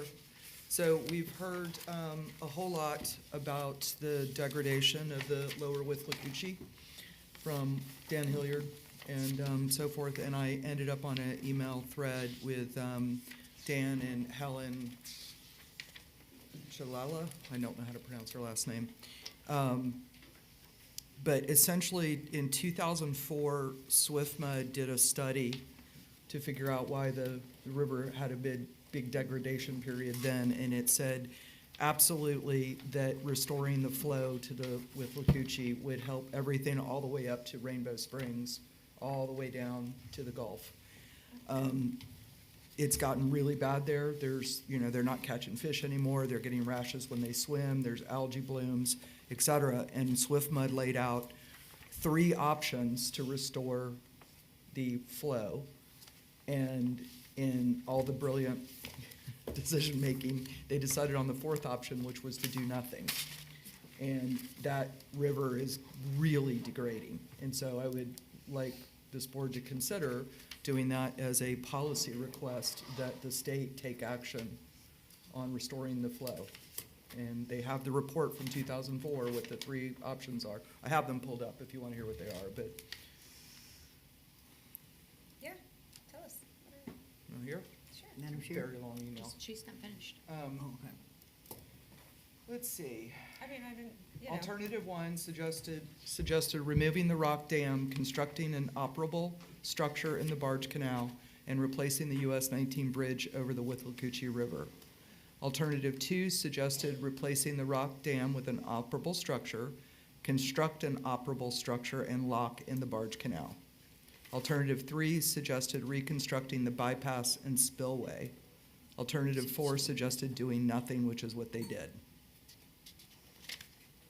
And all of this actually, I believe, even goes back up to Lake Rousseau. I need more coffee. And warned it was turning into a marshland with dense aquatic plants, accumulated bottom sediments, and poor water circulation.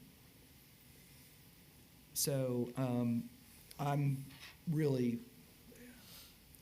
this is our environment. We only have one of them.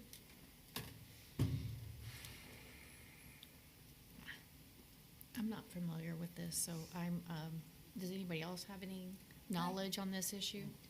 Well, we've heard from Dan Hilliard over and over Right, again in right. chambers, so. And he's met with me. I know privately, I don't know how many people he got in front of, but to me, Commissioner, when you read 3 options, that means they've identified a problem. If there was no problem, there'd be no solutions, not 3. So I will support the Thank you. effort. Yes. Thank you.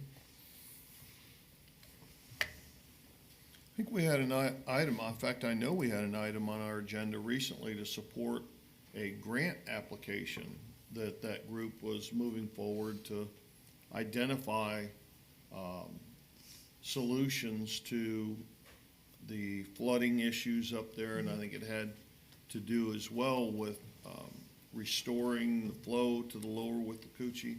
I don't recall off the top of my head exactly what all was involved with that grant that they were applying for, but maybe it would be appropriate to see if they end up getting that grant and what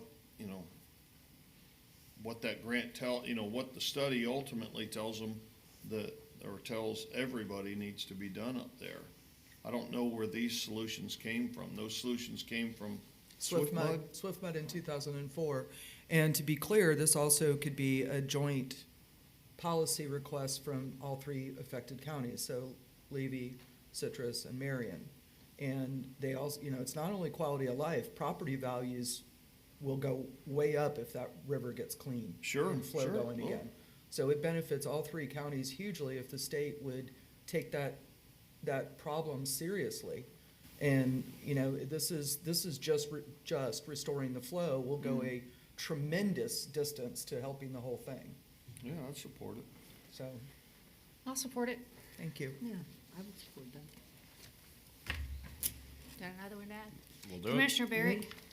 All right, as I went through the proposals, I looked at authorizing body-worn cameras for code enforcement.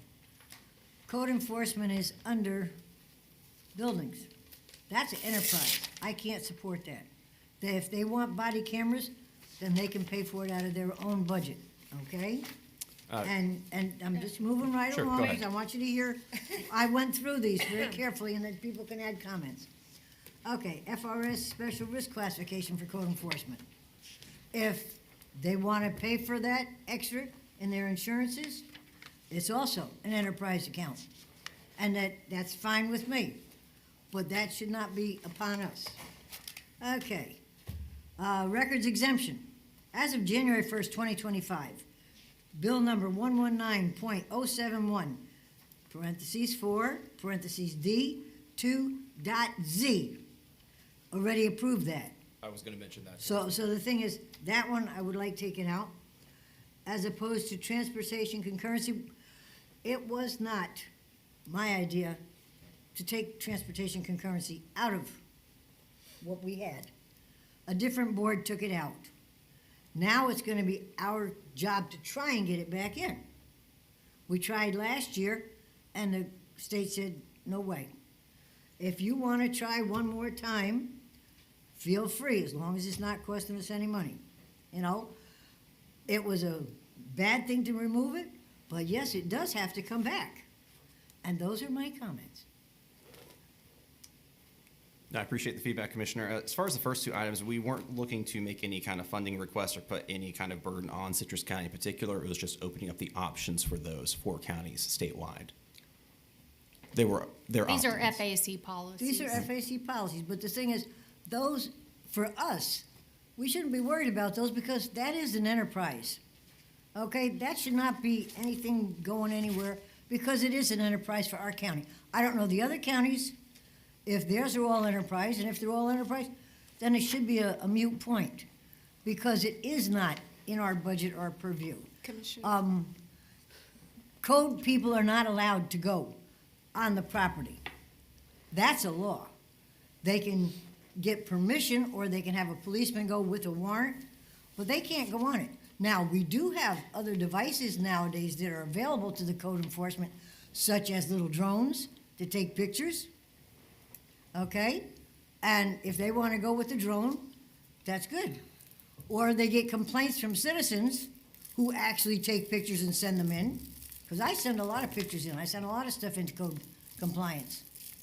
I don't think it should have been put under whatever, because it used to be a much better operation, the code compliance department, but it is under Mr. Landon's group, and as such, I don't think it needs to go to the state as, you know, or to the FAC as a something of importance. It's up to Mr. Landon to make sure his people are safe. Commissioner Finnegan? If I may just help, Commissioner, I think you might misunderstand a little bit. So it's no ask, it's for us to say it's okay to support changing a bill. It has nothing to do with them No, being. I understand what they're saying. I let you finish. It has nothing to do with it. It's an enterprise fund. None of that matters. It just matters if a bill is set or a policy is changed where they're just allowed. And then if we want, or not us, a different board in the future, next year, 10 years from now, 25 years from now, have them wear body cameras, then they would just be allowed to. It's not having us do anything. It's just saying we support somebody asking for a bill to say code enforcement may be allowed if the county so chooses. It has nothing to do with being in an enterprise fund, nothing to do with funding, nothing really to do with Citrus County. Well, State Bill 180 was just a whatever type thing, just like this, okay? And guess what? We're in a predicament now because it was taken further with the state. Okay, so I see this down the road. Okay, right now, it's not gonna cost us anything, but we're gonna support, oh yeah, you can wear body cameras. We don't need body cameras on everybody. I officially give up. And I'm sorry, I don't mean to frustrate anybody, but that, you know, that's where I'm from. You know, we have drones. We have the capability that the person could be at the corner and use the drone and take pictures. They don't have to go anywhere near the property. So why am I asking for something such as, well, in the future, let them wear body cameras. If they find a violation, then they get a policeman to go with them if they have to, serve a summons. So the policeman's gonna have the body camera on. I think your point has been made, but I think that if we're taking consensus, I think they already have it, so. Special reconsiderations? Did you have something? Yeah, well, one and maybe two. I asked James if I need to bring it up at this time or not. James, did you get clarification on records exemptions? I did. So there was a bill. We had discussed this previously. There were two bills. One had failed, another had passed that did adequately cover records exemptions. So we are good in that regard. We can strike that item off the list. Okay, thank you. And should I bring up the other item, or does that still need did you see the note I sent you? I have not opened it yet. There was such great conversation, I got distracted. I'm sorry. I would do a little bit more research. Okay, thank you. Have anything else? Madam Chair, that's all I have. All right, if there's nothing else, But, Chair, I would like to go over these dates real quick, aside from the policies. So there's some important dates coming up for you. These are the interim committee meetings, October through December. Session kicks off January 13th, second Tuesday of every year in 2026. This is for the Florida Association of Counties' upcoming events and conferences, their Innovation and Policy Conference, where they begin developing their policy agenda. That's September 17th through 18th. I believe that is in the city of Gainesville this year. Their legislative conference, which is typically held in Tampa, is going to be November 19th through 21st. And their legislative day, which coincides with our chambers, is January 21st, 2026. Josh, if you have not already taken enough of our time, my friend, we also have the Citrus County Legislative Days, January 21st through 22nd of next year. So those are kind of your important dates to keep an eye on. Make sure they're in your calendars. And Madam Chair, now I'm officially done. if there is nothing else, we will adjourn.